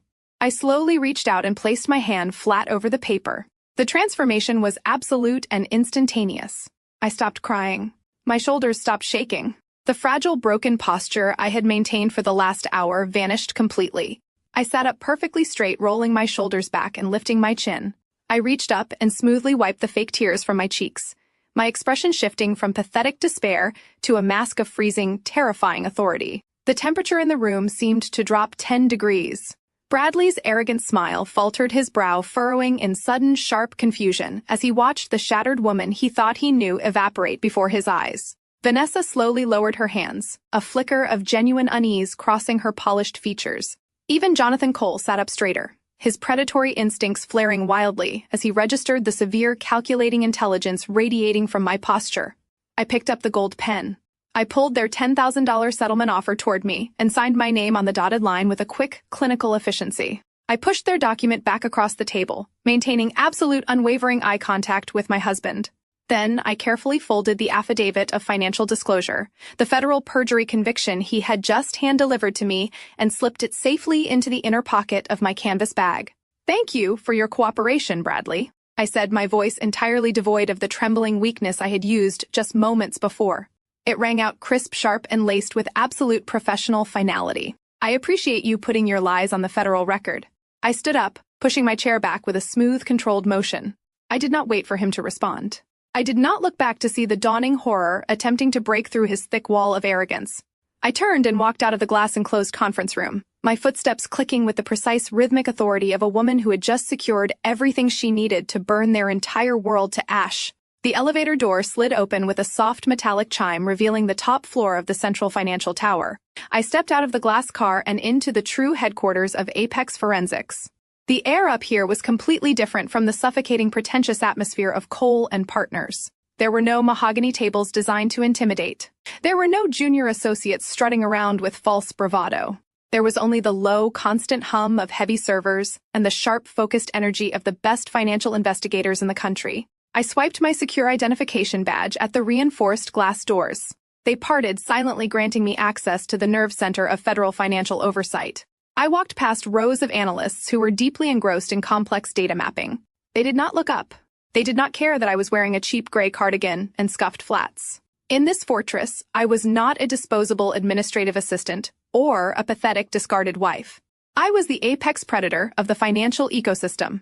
I bypassed my private office and headed straight for the main situation room.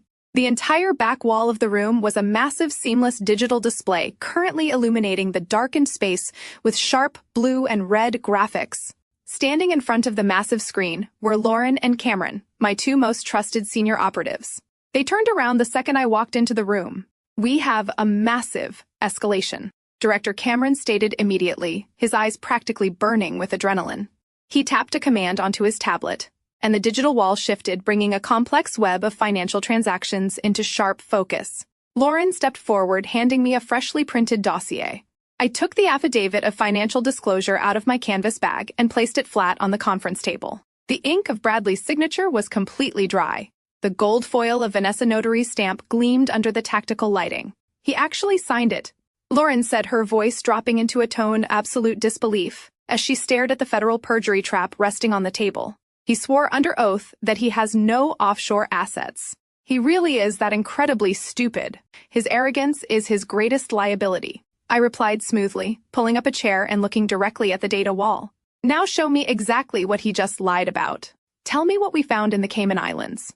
Cameron swiped his hand across his tablet, and a series of offshore holding companies expanded across the digital screen. You told us to look for hidden marital assets. You told us to find the $4 million he siphoned out of your joint portfolio. We found that money within the first hour of bypassing his encrypted firewall. But when we traced the routing numbers attached to the physical courier packages delivered to Patricia's suburban estate, we triggered a massive anomaly. Cameron highlighted a specific cluster of offshore accounts. Bradley is not just hiding his personal wealth from you, Cassidy.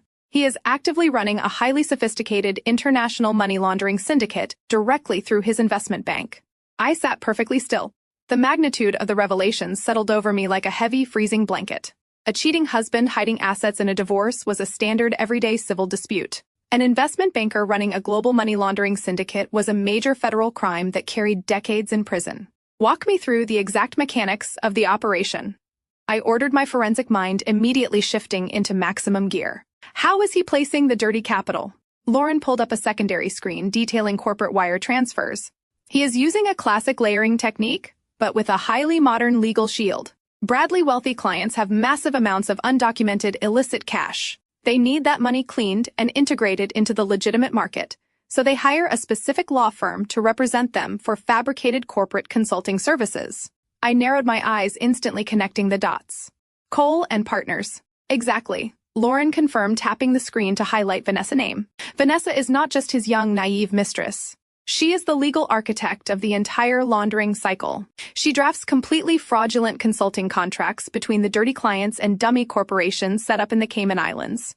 Because she is a licensed attorney, she claims attorney-client privilege over all the financial communications, creating a massive legal wall that prevents standard auditors from looking too closely at the invoices.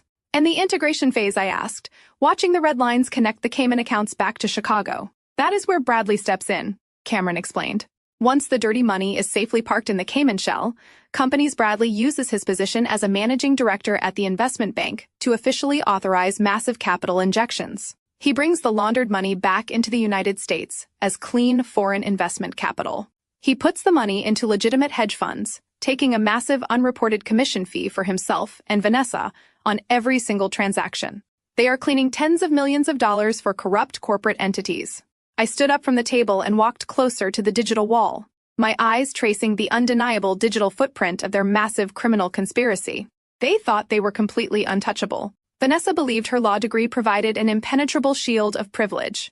Bradley believed his elite status at the bank insulated him from suspicion. They thought they could throw me away like garbage, completely unaware that I had the exact federal authority required to shatter their entire operation. Attorney-client privilege is entirely voided under the crime-fraud exception, I stated coldly, my voice echoing in the quiet situation room. If an attorney actively participates in the commission of a crime, their legal shield completely evaporates.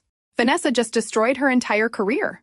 I turned around, looking back at the cheap standard piece of paper resting on the conference table, and Bradley just handed us the final nail for his coffin. By signing that affidavit today, he legally swore to the federal government that he has no connection to those Cayman accounts. When we present the offshore ledgers, proving he controls those exact shell companies, he cannot claim it was a simple accounting error. He committed blatant documented perjury to hide a money laundering syndicate. It elevates the entire case to a federal RICO violation. We have the complete digital trail, Director Cameron said, his expression completely serious. But digital evidence of this magnitude requires physical verification to secure immediate federal arrest warrants without a lengthy grand jury process. We need the encryption keys. We need the physical ledgers he keeps locked away. I crossed my arms over my chest, a slow, predatory smile finally breaking across my face. I thought about the luxurious suburban estate. I thought about the vicious, arrogant woman who had humiliated me at the Sunday dinner table. And then I thought about the brilliant, fiercely observant African-American woman who had deliberately spilled a pitcher of ice water just to hand me the keys to the kingdom. We know exactly where the physical evidence is located, I said smoothly. Bradley keeps a hidden biometric safe inside Patricia's home office.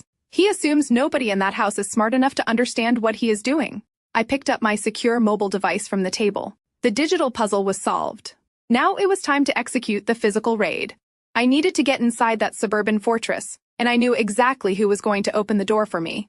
I needed to contact Naomi. I needed to offer her the exact exit strategy she had been desperately waiting for. The meeting took place at a dimly lit high-end botanical cafe on the absolute edge of the city limits, far away from the pretentious downtown spots the Reed family frequented. I arrived 15 minutes early, wearing a sharp, tailored black trench coat that commanded immediate respect.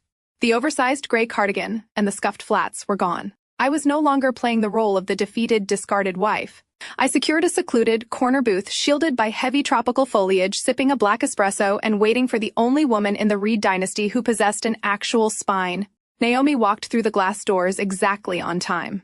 She wore a flawless, camel-colored wool coat over dark slacks, her posture radiating the kind of effortless, regal authority that Patricia Reed could only dream of buying. Naomi scanned the room with sharp, calculating eyes, spotting me instantly. She did not look surprised by my sudden upgrade in attire or the predatory, confident way I was sitting. She simply slid into the leather booth opposite me, setting her designer handbag onto the table with a soft, deliberate thud. "You clean up incredibly well," Cassidy Naomi said smoothly, her dark eyes flashing with a profound, knowing intelligence. "I always suspected you were hiding a massive amount of fire beneath that pathetic administrative disguise. And I always knew you were the smartest person sitting at that miserable dining table," I replied, matching her calm, razor-sharp tone. "Thank you for the pitcher ice water. You handed me the exact geographic anchor I needed to map Bradley's entire financial existence." Naomi did not smile. She leaned forward, crossing her arms over the polished table. Her expression was entirely devoid of any casual pleasantries. "If you are mapping Bradley offshore accounts, then you already know he is running a massive corporate laundering syndicate. But you do not have the complete picture yet. You only see the capital moving across the international borders. You do not see the domestic rot happening right inside our own homes." I kept my gaze locked on hers, signaling her to continue. In the world of forensic accounting, the most devastating evidence always came from the insiders who had finally been pushed past their breaking point. "Trent is not just a pathetic alcoholic losing his allowance to local bookies," Naomi stated, her voice dropping to a low, furious register. "He is deeply embedded in Bradley financial crimes. Bradley needed a domestic proxy to clean the cash before routing it to the Cayman Islands. Trent has been using his connections at high-stakes underground casinos to wash the physical currency for Bradley elite clients. He takes the dirty cash, runs it through the gambling syndicates, and transfers the clean casino payouts directly into the shell companies Vanessa established." My mind rapidly processed the tactical intelligence. It was a classic, highly effective layering technique. Using underground gambling rings provided the perfect smokescreen for massive cash deposits. But Trent was reckless, and reckless men always made catastrophic financial errors. "Trent is a severe gambling addict," I pointed out analytically. "He cannot handle large sums of cash without skimming off the top. Bradley is a sociopath, but he is meticulous. He would never trust a volatile addict with millions of dollars unless he had ultimate leverage over him." Naomi let out a harsh, bitter laugh. "You are absolutely right. Trent skimmed nearly $500,000 from the syndicate last month to cover his own personal losses. Bradley found out. He threatened to hand Trent over to the federal authorities or worse, hand him over to the corporate clients whose money he just stole. Bradley demanded immediate repayment with aggressive interest to balance the offshore ledgers." Naomi tightened her grip on her own arms, a flash of genuine, unfiltered hatred crossing her beautiful features. "Trent is completely out of liquid cash. His trust fund is empty. So he is going after the only valuable asset we have left. My home." I sat up straighter, my forensic instincts flaring wildly. The sprawling modern estate Naomi and Trent lived in was famously inherited from Naomi, late father, a highly successful architect. It was entirely paid off and worth millions. "The deed is solely in my name." Naomi continued, her voice trembling slightly, with a rage she was fighting to control. "My father made absolutely sure it was protected before he died. But Trent is desperate. I accessed his private laptop yesterday while he was passed out drunk. He has been working with a fraudulent notary, highly likely a contact provided by Vanessa, to forge my signature on a massive home equity loan. He is actively preparing to leverage my family home to the maximum limit. He plans to take the cash wire it directly into Bradley offshore fund to cover his stolen debt and leave me completely bankrupted and homeless. When the bank eventually forecloses, The sheer absolute depravity of the Reed brothers was staggering. They were not just stealing from faceless corporate entities. They were actively orchestrating the complete financial destruction of the women they had married to protect their own fragile egos and illicit wealth. When does the loan application process? I asked, my tone shifting into absolute freezing authority. He submitted the forged paperwork to a predatory lending firm. Yesterday morning, Naomi answered, pulling a folded stack of printed emails from her handbag and sliding them across the table. They are expediting the approval. The funds are scheduled to disperse into a joint account in less than 48 hours. Once the cash hits that account, he will wire it to the Cayman Islands and my entire life savings will vanish into thin air. I will not let them take what my father built, Cassidy. I refuse to be collateral damage in their arrogant criminal games. I picked up the printed emails, scanning the forged routing numbers and the fraudulent notary seals.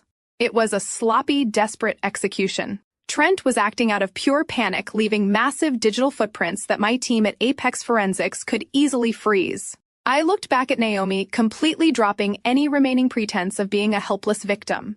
They are not going to take a single dime from you, Naomi, I stated, sliding the evidence into my trench coat pocket. I am not just an administrative assistant.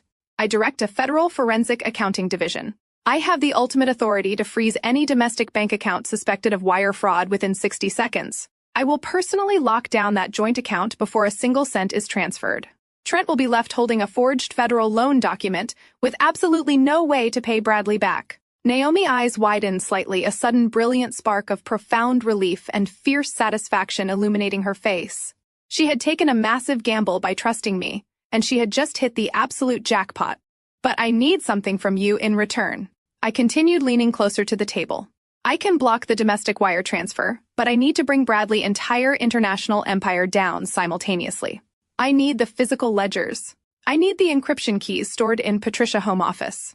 You said Bradley installed a biometric safe. Naomi nodded, a sharp, predatory smile finally breaking across her face. The alliance was permanently cemented. The safe is installed behind the built-in bookshelf on the north wall of the study, she explained rapidly. It requires Bradley's thumbprint, but he is lazy. He set up a secondary manual override code in case the biometric scanner fails. I watched him punch it in last week through the reflection of the hallway mirror. She reached into her pocket, pulled out a small piece of paper, and slid it across the table. I picked it up, staring at the 6-digit code that would completely obliterate Bradley Reed.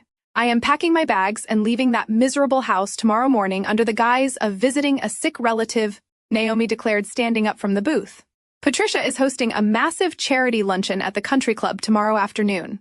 The house will be completely empty. The security system will be disarmed for the cleaning staff. You will have a 2-hour window to walk right through the front door and take everything he loves. I stood up, extending my hand across the table. Naomi gripped it firmly, the shared determination flowing between us. Two women they had severely underestimated were about to execute the most devastating financial takedown in the history of the city. I will freeze your assets tonight, I promised. Pack your bags, Naomi. By the time they realize what has happened, there will be nothing left for them to salvage. I returned to the secure perimeter of Apex Forensics long before the sun even considered rising over the Chicago skyline. The piece of paper Naomi had slid across the table felt like a loaded weapon burning a hole in my trench coat pocket. I bypassed my personal office and walked straight to Lauren at the central command desk. I handed her the fraudulent loan application Naomi had intercepted from Trent. I did not just want to block the transaction. I wanted to build an impenetrable titanium wall around Naomi to ensure she survived the incoming blast radius. Execute an emergency federal freeze on all properties and accounts tied to Naomi. Just ordered, my voice echoing with absolute authority across the quiet analytics floor. Flag the incoming home equity loan as active wire fraud. When that predatory lending firm attempts to disperse the funds this morning, the transfer will instantly trigger a federal lock. Trent will be left staring at a zero balance, completely incapable of paying back the money he stole from Bradley laundering syndicate. He will be utterly defenseless. Lauren's fingers flew rapidly across her mechanical keyboard, initiating the strict federal protocols that only a court-appointed special master could authorize. Within 60 seconds, Naomi's entire financial existence was completely sealed off from her parasitic husband. But I was not finished. I pulled up a blank legal template on my secure terminal. I utilized my extensive background as a Juris Doctor to draft a ruthless ironclad divorce petition for Naomi. I systematically stripped Trent of any potential claim to spousal support or property equity, citing his heavily documented gambling addiction and the active federal fraud investigation I was currently building against him. I printed the finalized petition, stamped it with a priority legal seal, and dispatched a secure courier to deliver it directly into Naomi waiting hands. Trent was officially neutralized. Now it was time to amputate the head of the snake. At precisely 1 o'clock in the afternoon, I pulled my unremarkable sedan into the sprawling, meticulously manicured subdivision where Patricia Reed resided. The timing was absolutely critical. Naomi had confirmed that Patricia was currently holding court at a highly publicized country club charity luncheon. Trent was supposedly meeting with his underground bookies in a desperate, futile attempt to buy more time for his looming debts. Bradley was securely locked inside his glass office downtown, arrogant, oblivious, and entirely convinced he had already won our divorce settlement. I parked 2 blocks away to deliberately avoid the perimeter security cameras monitoring the main gates. I walked briskly down the pristine sidewalk, blending in perfectly with the midday suburban quiet. As Naomi had promised, the heavy wrought iron gates of the estate were wide open to accommodate the weekly commercial cleaning crew. The massive front door was unlocked. I slipped inside the opulent foyer, moving with the silent, practiced efficiency of a ghost. The house smelled strongly of chemical lemon cleaner and expensive floral arrangements. I bypassed the grand dining room where Bradley had dumped wine on me just days ago. I did not let a single emotion cloud my tactical focus. I walked purposefully down the long carpeted corridor toward Patricia's private home office. The cleaning crew was vacuuming the second floor, their heavy equipment providing the perfect acoustic cover for my infiltration. I stepped into the dim mahogany-paneled study. The air was thick with the scent of old paper and polished wood. I walked directly to the north wall, tracing my fingers along the custom-built bookshelves. I found the specific volume Naomi had described. It was a heavy leather-bound encyclopedia of corporate law. I pulled the book forward. The entire section of the shelving unit clicked softly and swung outward on a concealed hinge, revealing the sleek, black steel face of a high-security biometric safe bolted directly into the foundation of the house. Bradley was incredibly predictable. He relied entirely on the fingerprint scanner, assuming physical security was an absolute guarantee against his technologically inept family members. He never considered the vulnerability of the manual override keypad hidden beneath a small, sliding metal panel. I pulled the slip of paper from my pocket. I typed the 6-digit code Naomi had memorized into the digital keypad. The electronic lock chirped a sharp, high-pitched tone of acceptance. The heavy steel door sprang open with a heavy metallic clunk. I peered inside the dark cavity. There were thick stacks of banded $100 bills, highly likely the emergency cash reserves Trent had not yet managed to steal for the casinos. There were velvet boxes containing Patricia Overflow diamond jewelry, but I completely ignored the physical wealth. My eyes locked onto the only item that actually mattered. Resting in the very back of the safe was a solid-state military-grade encrypted hard drive. This was the absolute holy grail. This small rectangular piece of metal contained the digital signatures for every single fraudulent contract Vanessa had ever drafted. It held the offline ledgers mapping the exact flow of dirty money from Bradley elite clients through Trent underground casino connections and directly into the Cayman Islands shell companies. It was the physical evidence required to bypass any grand jury and secure immediate federal arrest warrants for the entire operation. I reached in and grabbed the hard drive, slipping it securely into the reinforced pocket of my coat. I did not take a single dollar bill. I did not touch the diamonds.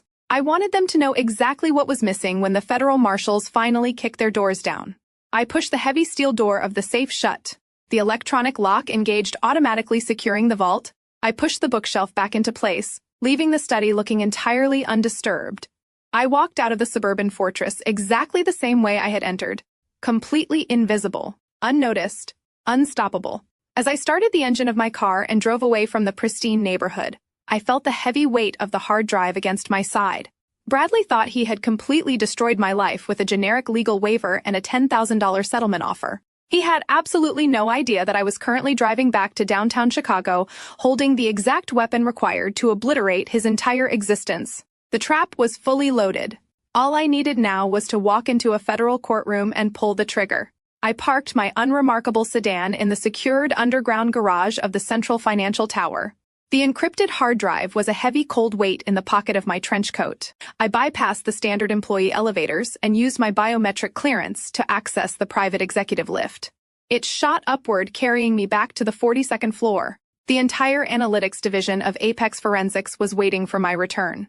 The atmosphere in the Situation Room was electric with anticipation. I walked straight to the main conference table and placed the black rectangular drive squarely in the center. Cameron and Lauren immediately went to work. They connected the device to a heavily isolated, air-gapped terminal. The military-grade encryption Bradley had purchased to protect his syndicate was robust, but it was absolutely no match for our federal decryption algorithms. I stood with my arms crossed over my chest, watching the massive digital wall as the progress bar rapidly filled. The firewall collapsed with a sharp electronic chime. The screen exploded with data. It was worse than Naomi had described. It was worse than I had initially mapped. The offline ledgers displayed a staggering level of financial depravity. There were thousands of fraudulent consulting contracts bearing Vanessa Digital's signature, deliberately hiding behind the shield of attorney-client privilege. There were direct wire transfers matching the exact amounts Trent had funneled through the underground casinos. And tying it all together was Bradley using his executive clearance at the investment bank to integrate the laundered cash into legitimate corporate hedge funds. We had just acquired the undisputed, unalterable proof of a massive racketeering conspiracy. My team did not sleep.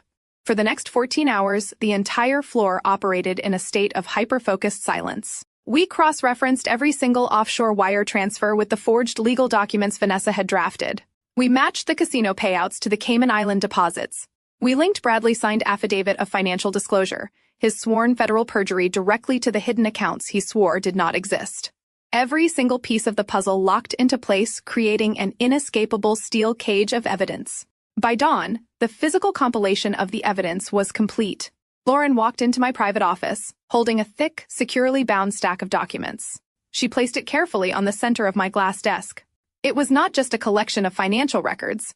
It was a fully realized, comprehensive federal indictment. I sat down in my leather ergonomic chair and looked at the cover page. The bold black text read, Forensic Accounting Report Number 402. This was the exact type of report that terrified Wall Street executives and brought down corrupt corporate empires. This was the document that Jonathan Cole and his arrogant law firm charged their clients millions of dollars to desperately fight against. And I was about to deliver it to them for free. I picked up my favorite heavy steel pen. I did not use a generic ballpoint pen like the one I had dropped on the mahogany table during that pathetic manufactured crying session. I turned to the final page of the comprehensive audit. I signed my name with sharp, aggressive, perfectly steady strokes. I signed it not as Cassidy Reed, the supposedly uneducated data entry clerk. I signed it as Cassidy Lawson, Juris Doctor, and Chief Director of Apex Forensics. I reached into the locked drawer of my desk and pulled out the heavy brass instrument that symbolized my ultimate authority. It was the official federal stamp of the court-appointed special master. I pressed the heavy brass down onto the scarlet ink pad. I aligned it perfectly next to my signature on the final page of Report 402. I pressed down with my entire weight. The stamp left a stark, brilliant red seal on the pristine white paper. That vibrant red ink legally transformed the stack of papers from a simple financial review into an undeniable federally mandated weapon. Initiate the dual routing protocol. I instructed Lauren, handing the sealed document back to her. We are executing a simultaneous strike. Lauren nodded, her expression sharp and entirely professional. She scanned the barcode on the cover page, digitizing the finalized sealed report into the secure federal network. Route the first copy directly to the family court docket. I commanded, my voice cold and absolute. Attach it as an emergency discovery exhibit for my upcoming divorce hearing.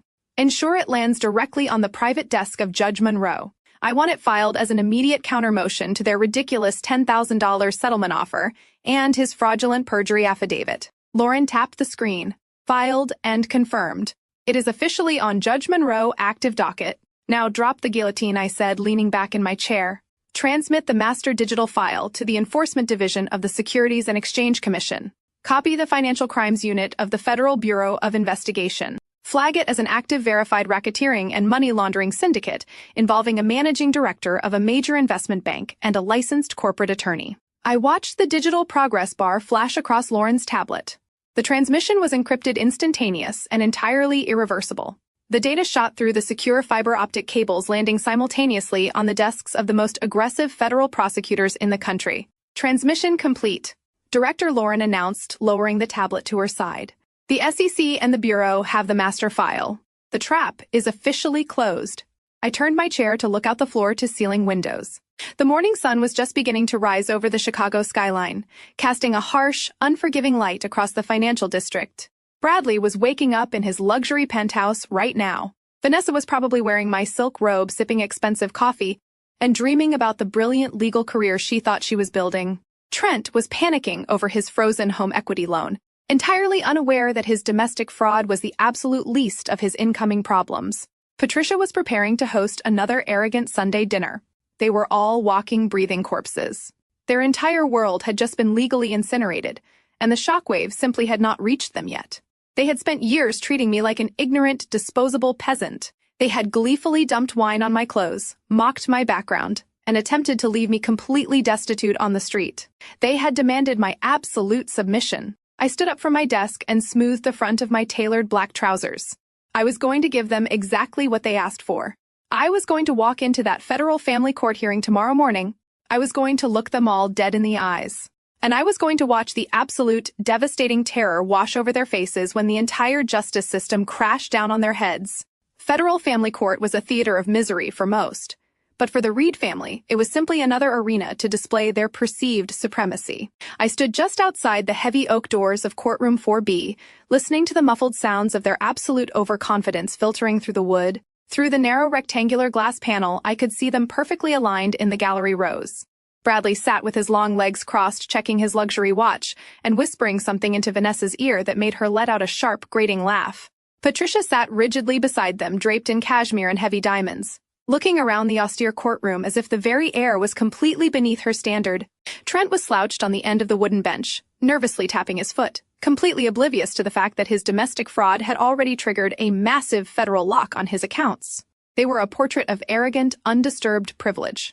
They had gathered not just to support Bradley, but to actively participate in the spectator sport of my complete financial and emotional execution. I took a slow, steadying breath. I pushed the heavy oak doors open. I was not wearing a faded gray cardigan. I was not clutching a cheap canvas tote bag. I stepped into the courtroom, wearing a flawlessly tailored charcoal gray power suit that commanded absolute immediate respect. My hair was pulled back into a severe, sleek twist. My posture was perfectly straight, projecting the undeniable freezing authority of a woman who routinely directed federal investigations. The sharp, rhythmic clicking of my stilettos echoed like gunfire against the polished marble floor. Every single head in the gallery turned. The casual, arrogant laughter instantly died in Vanessa's throat. Patricia's mouth fell slightly open, her eyes darting aggressively over the sharp, expensive cut of my designer suit. Bradley dropped his hand from Vanessa, shoulder his smug expression fracturing into a look of profound, deeply unsettled confusion. They expected a broken, weeping victim begging for a $10,000 settlement. They were entirely unprepared for the apex predator walking down the center aisle.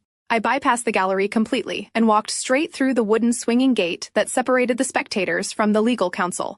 Jonathan Qley was already standing at the petitioner table organizing his thick, intimidating stacks of legal briefs. He looked up, his predatory eyes narrowing sharply as he registered my drastic physical transformation. I did not give him the satisfaction of a greeting or even a nod. I walked directly to the respondent table, placed my sleek, reinforced leather briefcase down with a solid thud, and took my seat. A heavy, suffocating tension immediately filled the courtroom. The bailiff called the room to order as Judge Monroe emerged from his private chambers. He was a highly respected veteran of the federal bench, a man known for his razor-sharp intellect and absolute intolerance for courtroom theatrics. He took his seat, adjusted his reading glasses, and looked down at the thick docket file resting on his elevated desk. "We are here for the asset division and finalized settlement hearing in the matter of Reed v. Reed," Judge Monroe stated, his commanding voice echoing across the quiet room. He looked over at my table, his brow furrowing slightly when he saw I was sitting entirely alone, surrounded by empty chairs. "Mrs. Reed, the court notes that you have not filed a formal notice of representation. Who is your legal counsel today?" I stood up, buttoning my suit jacket with a smooth, practiced motion.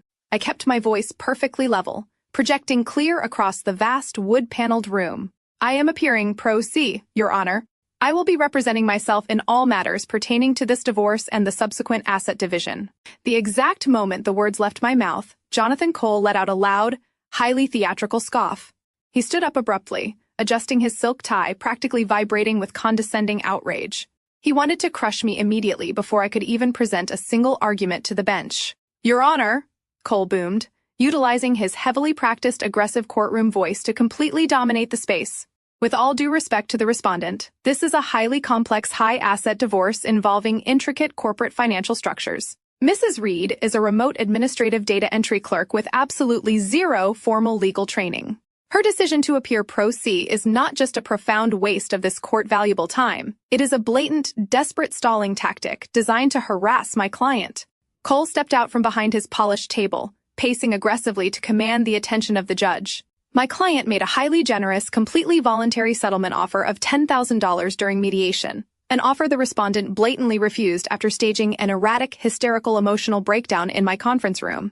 She is fundamentally incapable of understanding the legal reality of her situation. She has no comprehension of asset division law. She lacks the basic vocabulary to even participate in the discovery phase. I formally request that the court dismiss any and all of her financial claims immediately due to her severe documented lack of legal understanding. She is completely out of her depth, and we demand an immediate summary judgment in favor of my client. From the gallery behind me, I could hear Patricia let out a soft, highly satisfied hum of agreement. Bradley leaned forward against the wooden railing, his arrogance fully restored by his high-priced attack dog. Vanessa was practically glowing with triumph. They thought Cole had just delivered the fatal blow. They thought the judge would look at my lack of a hired attorney, agree with the senior partner assessment of my intelligence, and throw me out onto the street with absolutely nothing. I did not interrupt the lawyer. I did not raise an objection. I simply stood at my table maintaining absolute freezing eye contact with Judge Monroe, letting Jonathan Cole dig his own professional grave before I dropped the federal guillotine right on top of his neck.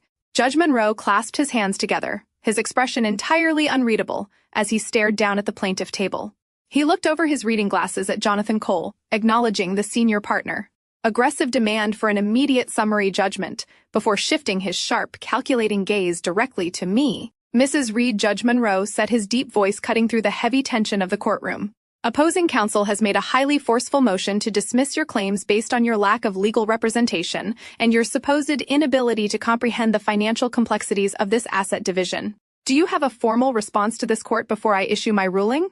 I did not flinch. I did not show a single ounce of the manufactured panic I had displayed in the mediation room just days prior. I reached down to the polished wooden table and unlatched my reinforced leather briefcase. The heavy metal lock snapped open with a sharp, definitive click that reverberated loudly across the silent room. I reached inside and pulled out the thick, securely bound stack of documents. The stark, brilliant red seal of the federal special master gleamed under the harsh fluorescent lights of the courtroom. Your Honor, I began, my voice perfectly steady and echoing with absolute, freezing authority. I am not here to argue over an insulting $10,000 settlement, nor am I here to waste the valuable time of this federal bench. I would like to formally submit a comprehensive financial discovery exhibit into evidence. I am submitting Forensic Accounting Report number 402 regarding the massive undisclosed and highly illicit hidden assets of the defendant, Bradley Reed. The exact second the words left my mouth, Jonathan Cole let out a booming, highly theatrical burst of arrogant laughter. It was a harsh, mocking sound, specifically designed to humiliate me completely and entirely discredit my presence in the room. In the gallery behind me, I could hear Bradley lean back against the heavy wooden bench and actually start chuckling aloud. He nudged Vanessa, who let out a sharp, condescending giggle of her own. Patricia let out a loud, dramatic sigh of pure disgust, leaning over to whisper something cruel to Trent. They were all participating in the public execution of my dignity. Jonathan Cole aggressively buttoned his suit jacket and stepped out from behind the petitioner table. He paced toward the center of the room, playing to the gallery and the judge with the polished, predatory arrogance of a man who believed he owned the entire judicial system. Your Honor, I must strongly object to this absolute, unmitigated circus, Cole declared, waving his hand dismissively toward my table without even looking at me. My client is a highly respected managing director at a top-tier investment bank. His financial disclosures are a matter of pristine, heavily verified public record.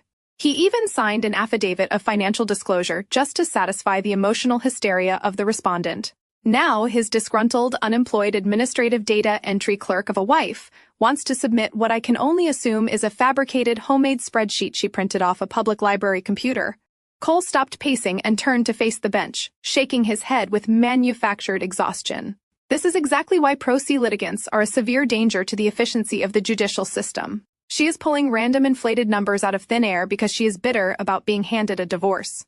She likely watched a documentary on financial fraud over the weekend and suddenly decided to play the role of an investigator. It is pathetic, and it is a severe insult to the dignity of this courtroom. The bailiff stepped forward, his heavy boots echoing on the marble floor. He retrieved the bound report from my outstretched hand and carried it up the steps, placing it squarely in the center of Judge Monroe's elevated desk. Jonathan Qley watched the transfer with an expression of profound, unfiltered disgust. He pointed a manicured finger at the document resting on the bench. "We absolutely refuse to acknowledge these fabricated garbage reports." Qley continued, his voice rising in aggressive, booming volume. "This is a federal family court, Your Honor. We deal in documented, undeniable reality. We deal in verified, ironclad financial facts. My firm spends millions of dollars annually to retain the services of elite, untouchable organizations precisely because they represent the absolute gold standard of financial truth."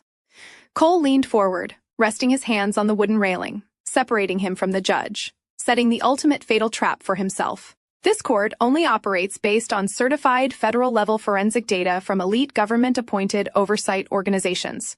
We only recognize audits from institutions possessing the highest level of security clearance and analytical rigor. We are talking about institutions like Apex Forensics. We do not accept random spiral-bound trash created by a woman who files basic paperwork for a living. I stood perfectly still behind my table. The absolute breathtaking irony of his statement hung heavily in the cold-conditioned air of the courtroom. Jonathan Qley, a senior partner who charged $1,000 an hour to protect the corrupt elite, had just enthusiastically validated the exact weapon I had placed on the judge's desk. He had just passionately demanded that the court solely rely on the specific federal agency that I personally directed. He had built an impenetrable wall of credibility around my work without even realizing it. "I completely agree with opposing counsel, Your Honor," I said smoothly, my voice slicing through the heavy silence. I turned my head just slightly to look directly into Jonathan Qley. Arrogant, predatory eyes.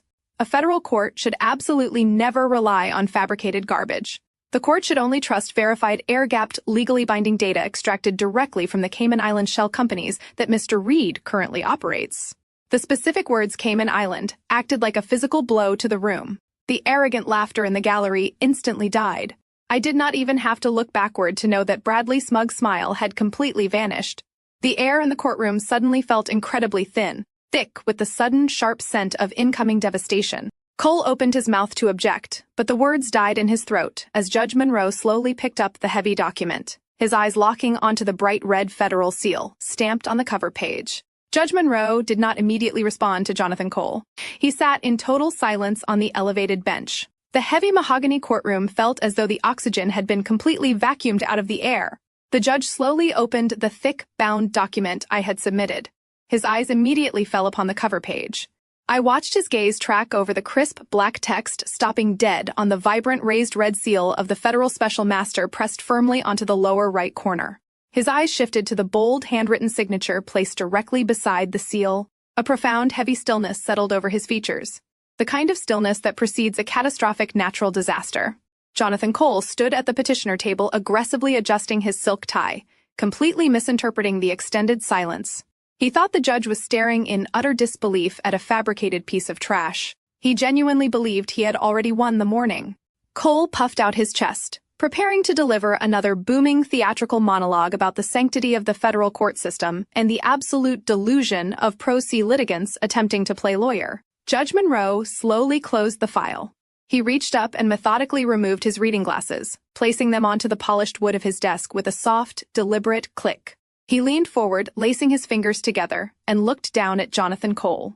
The expression on the judge's face was not one of anger or irritation. It was a look of profound, devastating pity. It was the exact look a man gives to a pedestrian who has just unknowingly stepped directly into the path of a speeding commercial freight train. Counselor Qley, Judge Monroe began, his deep voice slicing cleanly through the absolute quiet of the room. You just spent the last 5 minutes of this hearing passionately defending the integrity of the federal oversight system. You went on the official record demanding that this court solely rely on the unassailable data provided by elite government-appointed institutions. Specifically, you named Apex Forensics as the absolute gold standard of financial truth in the United States. Qley smiled, a slick, predatory grin that reached his eyes but lacked any genuine warmth. Yes, Your Honor. My firm trusts their methodology implicitly. We rely on their corporate audits to protect our most valuable clients from frivolous financial claims. We respect their institutional authority above all others. The judge did not return the smile. He did not blink, He simply tilted his head slightly to the side. Then I find myself in a state of absolute bewilderment. Counselor? Judge Monroe's voice dropped an octave, resonating with a freezing, inescapable authority. If your firm relies so heavily on their audits, and if you respect their institutional authority as much as you proudly claim, do you truly not recognize the woman standing directly across from you today? The slick, confident smile on Jonathan Cole's face froze instantly. His brow furrowed in sudden, sharp confusion. He physically turned his head, looking at me across the aisle, as if seeing me for the very first time. He took in my tailored charcoal suit, my perfect, unyielding posture, and the freezing, predatory calm radiating from my eyes. A flicker of genuine, primal unease finally breached his arrogant facade. He looked back at the judge, his mouth opening slightly, but no words came out. In the gallery, the smug whispers abruptly ceased. Patricia stopped fanning herself with her program. Trent sat up straight, his bloodshot eyes darting nervously around the room. Bradley leaned forward, gripping the wooden railing of the spectator partition so tightly his knuckles turned a stark, translucent white. A sudden, inexplicable panic began to claw at the edges of his mind. The atmosphere in the room shifted from a routine divorce hearing to the terrifying precipice of a federal execution. Judge Monroe picked up his wooden gavel. He struck the sounding block once. The sharp, explosive crack echoed like a gunshot, demanding absolute submission from every single breathing soul in the room. "Let the official court record reflect," Judge Monroe declared, projecting his voice to every corner of the vast courtroom, "that the respondent appearing before this bench is not an administrative data entry clerk. She is Cassidy Lawson. She is the Chief Executive Officer and the lead forensic accountant of Apex Forensics." The words hit the room like a physical shock wave. The air grew incredibly heavy, but the judge was not finished destroying them. He picked up the bound report and held it up for the entire court to see the glowing red seal. Furthermore, Judge Monroe continued his tone, carrying the absolute crushing weight of the federal government, recognizes that she is currently sitting before this bench acting in her official capacity as a special master appointed directly by the Securities and Exchange Commission. The document she just submitted is a verified federally mandated forensic audit regarding a massive act of money laundering and racketeering syndicate orchestrated by the petitioner. The courtroom went dead silent. It was a suffocating, terrifying vacuum of sound. A kind of absolute silence where you can actually hear a heartbeat flatline. I turned slowly, pivoting on my stiletto heel to face the gallery. I looked directly at the man who had thrown my clothes into trash bags, mocked my $40,000 salary, and demanded my total submission. Bradley Reed looked exactly like a corpse. The blood had completely and entirely drained from his face, leaving his skin a sickly, translucent gray. His jaw hung slack, his perfectly styled hair suddenly seeming out of place above such a broken expression. His eyes were wide with a primal, suffocating terror as the sheer magnitude of his fatal error crushed the breath entirely out of his lungs. The brilliant investment banker, the arrogant master of the universe, suddenly realized he had invited the chief director of a federal financial task force into his home, married her, and handed her a signed, notarized perjury confession on a silver platter. He had not just lost his divorce. He had just lost his freedom, his wealth, his reputation, and his entire future. Beside him, the facade of the rising legal star violently shattered. Vanessa's face contorted in absolute, unfiltered horror. She suddenly understood exactly why I had asked for that specific disclosure form during the mediation. She understood the catastrophic legal implications of her own golden notary stamp. She was not just a mistress moving into a luxury penthouse anymore. She was a documented co-conspirator in a federal RICO violation. She began to physically tremble. Her hands shook so violently that she lost her grip entirely. The thick, heavy stack of legal files she had been clutching to her chest slipped from her fingers. The binders crashed down onto the hard marble floor, the sharp, echoing clatter shattering the dead silence of the courtroom. Papers spilled everywhere, a chaotic, messy reflection of their entirely ruined lives.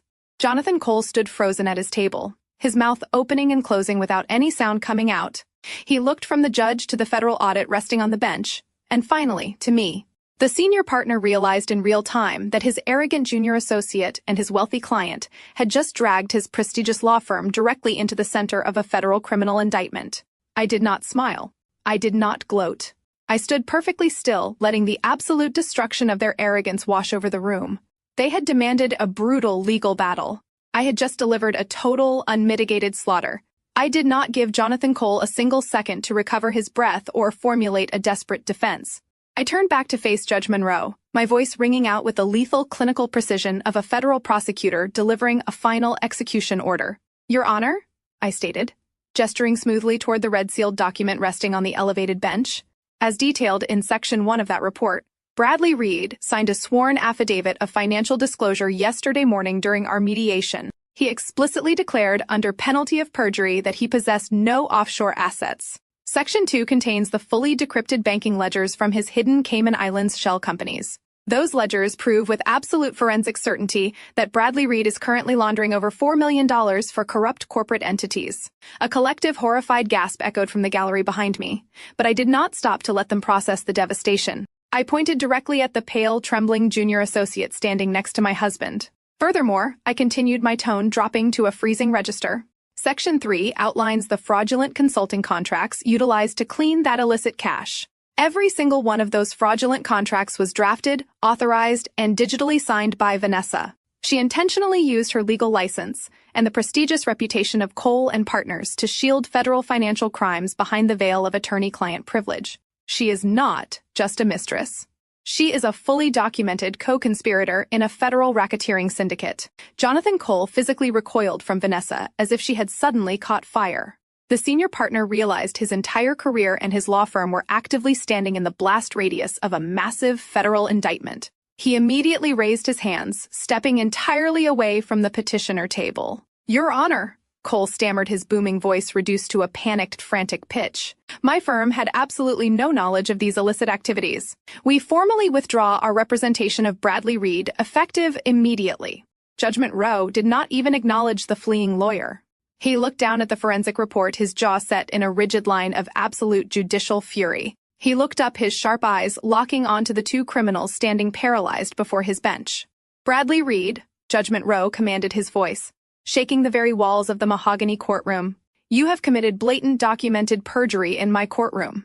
You have attempted to utilize the federal family court system to facilitate and conceal a massive international money laundering operation." The judge looked past my table and nodded sharply to the two heavily armed federal bailiffs stationed near the heavy oak doors. I had already coordinated with the Enforcement Division of the Securities and Exchange Commission before I walked into the building. The bailiffs had been waiting for the exact moment the evidence was formally entered into the court record. "Take them into custody," Judge Monroe ordered, striking his wooden gavel with a violent, explosive crack. The two bailiffs moved with terrifying tactical speed. They crossed the room in seconds. One officer grabbed Bradley by the shoulder, spinning the arrogant investment banker around and slamming him forcefully against the polished wooden table. Bradley let out a pathetic, breathless choke. He did not fight back. Not fight. He was completely paralyzed by the sheer, unmitigated shock of his entire world collapsing. The heavy metallic click of steel handcuffs locking around his wrists echoed sharply across the silent room. Vanessa completely lost her mind. She fell to her knees on the marble floor, sobbing hysterically. Her hands shaking so violently, she could barely hold them up for the second officer. "Please," she begged, her voice a shrill, desperate shriek. "I am a lawyer. I am a lawyer." "Not anymore," Judge Monroe stated coldly, looking down at her weeping form with pure disgust. "I am forwarding this forensic report directly to the State Bar Association with my personal recommendation for your immediate permanent disbarment. You will never practice law in this country again. Put her in irons." The second set of handcuffs clicked shut. The sound was absolute symphonic perfection. In the gallery, the reality of the federal raid finally hit Trent. He watched his untouchable younger brother get shackled and read his Miranda rights. Trent knew the forensic report contained the casino ledgers. He knew the federal agents would be kicking down his door in a matter of hours to arrest him for his role in the domestic money laundering lair. Pure animalistic panic took over his body. Trent shoved past his mother, knocking her heavy designer purse to the floor, and bolted toward the center aisle, desperate to escape through the back doors of the courtroom. He did not make it 3 steps. Naomi stepped gracefully out of her wooden pew and moved directly into the center aisle, completely blocking his path of retreat. She wore a stunning, perfectly tailored emerald suit. She looked like absolute royalty standing in front of a desperate, pathetic coward. Trent skidded to a halt, his chest heaving, looking at his wife with wild, bloodshot eyes. "Move," Naomi Trent hissed, trying to push past her. "I have to get out of here right now." Naomi did not flinch. She did not move a single inch. She reached into her designer handbag and pulled out a thick stack of legal documents stamped with a glowing priority seal. With a swift, incredibly satisfying motion, she slapped the heavy documents directly against his chest. Trent instinctively grabbed the papers before they fell, looking down in absolute confusion. "You are not going anywhere, Trent," Naomi said, her voice smooth, elegant, and laced with absolute, lethal authority. "Those are your finalized divorce papers. Attached to them is a federal court order executing a total immediate freeze on all of your bank accounts, your credit lines, and the fraudulent home equity loan you tried to take out against my property yesterday morning. You have exactly $0 to your name. You cannot even afford a bus ticket to run away." Trent stared at the legal freeze order, his mouth opening in a silent scream, as his entire escape plan instantly evaporated. He was completely trapped, bankrupt, and waiting for the federal agents to arrive. Patricia Reed finally broke. The matriarch who had spent the entire morning sneering at me, the woman who had demanded my absolute poverty and submission, let out a visceral, horrifying scream of absolute despair. She fell back against the wooden bench, clutching her chest, her diamond bracelets clinking uselessly against the wood. She watched in total helpless agony as both of her golden elite sons were utterly destroyed in the span of 5 minutes. Her legacy was ash. Her wealth was seized. Her social empire was permanently annihilated. I did not stay to watch them drag my ex-husband out in chains. I smoothly closed my reinforced leather briefcase, the sharp click signaling the absolute end of the war. I turned my back on the screaming mother, the weeping mistress, and the arrested banker. I walked calmly down the center aisle of the courtroom. Naomi turned and fell into step perfectly beside me. We did not look back at the chaos, the crying, or the destruction we had orchestrated. We pushed through the heavy oak doors, leaving the toxic, rotting legacy of the Reed family trapped inside their own custom-built cage. We walked out of the federal courthouse and stepped into the blinding, brilliant Chicago sunlight. The air felt incredibly clean. I took a deep breath, feeling the absolute triumphant weight of true freedom. I had not just won a divorce. I had protected my dignity, secured my financial future, and completely eradicated the monsters who tried to bury me. Naomi looped her arm through mine, a fierce, beautiful smile breaking across her face. We walked down the marble steps together, leaving the ruins of our past behind, ready to conquer the magnificent, untouchable lives we truly deserved. The story we just witnessed is an absolute masterclass in the fatal cost of underestimating others. Arrogance completely blinds people to the truth sitting right in front of them. Bradley and his toxic family mistook Cassidy's silence for weakness and her humility for incompetence. The most profound lesson here is that true power never needs to be loud, boastful, or performative. While the Reed family spent their time shouting their supposed superiority, belittling her background, and manufacturing a false reality to stroke their own fragile egos, Cassidy was quietly gathering facts. She did not waste her precious energy arguing with people who were absolutely committed to misunderstanding her. Instead, she let them talk. She allowed their overwhelming narcissism to make them profoundly careless. Furthermore, this narrative teaches us that our inherent worth is never defined by how abusive people treat us. When you are entirely confident in your own abilities and your own truth, you do not need to seek validation from those who actively try to tear you down. Cassidy and Naomi both recognized that their environment was specifically designed to break them. Rather than shrinking themselves to fit into that abusive dynamic, they built a flawless exit strategy based on undeniable evidence and unshakable self-belief. Financial independence and emotional control are your ultimate shields. Cassidy did not let her justified anger dictate her actions. She let her sharp intellect drive her strategy. They weaponized their arrogant assumptions against them. Ultimately, the greatest revenge against those who try to destroy you is not returning their petty cruelty. It is completely outsmarting them, permanently removing their power over your life and walking away entirely free. Let me know in the comments below if you have ever had to quietly outsmart someone who severely underestimated your true potential.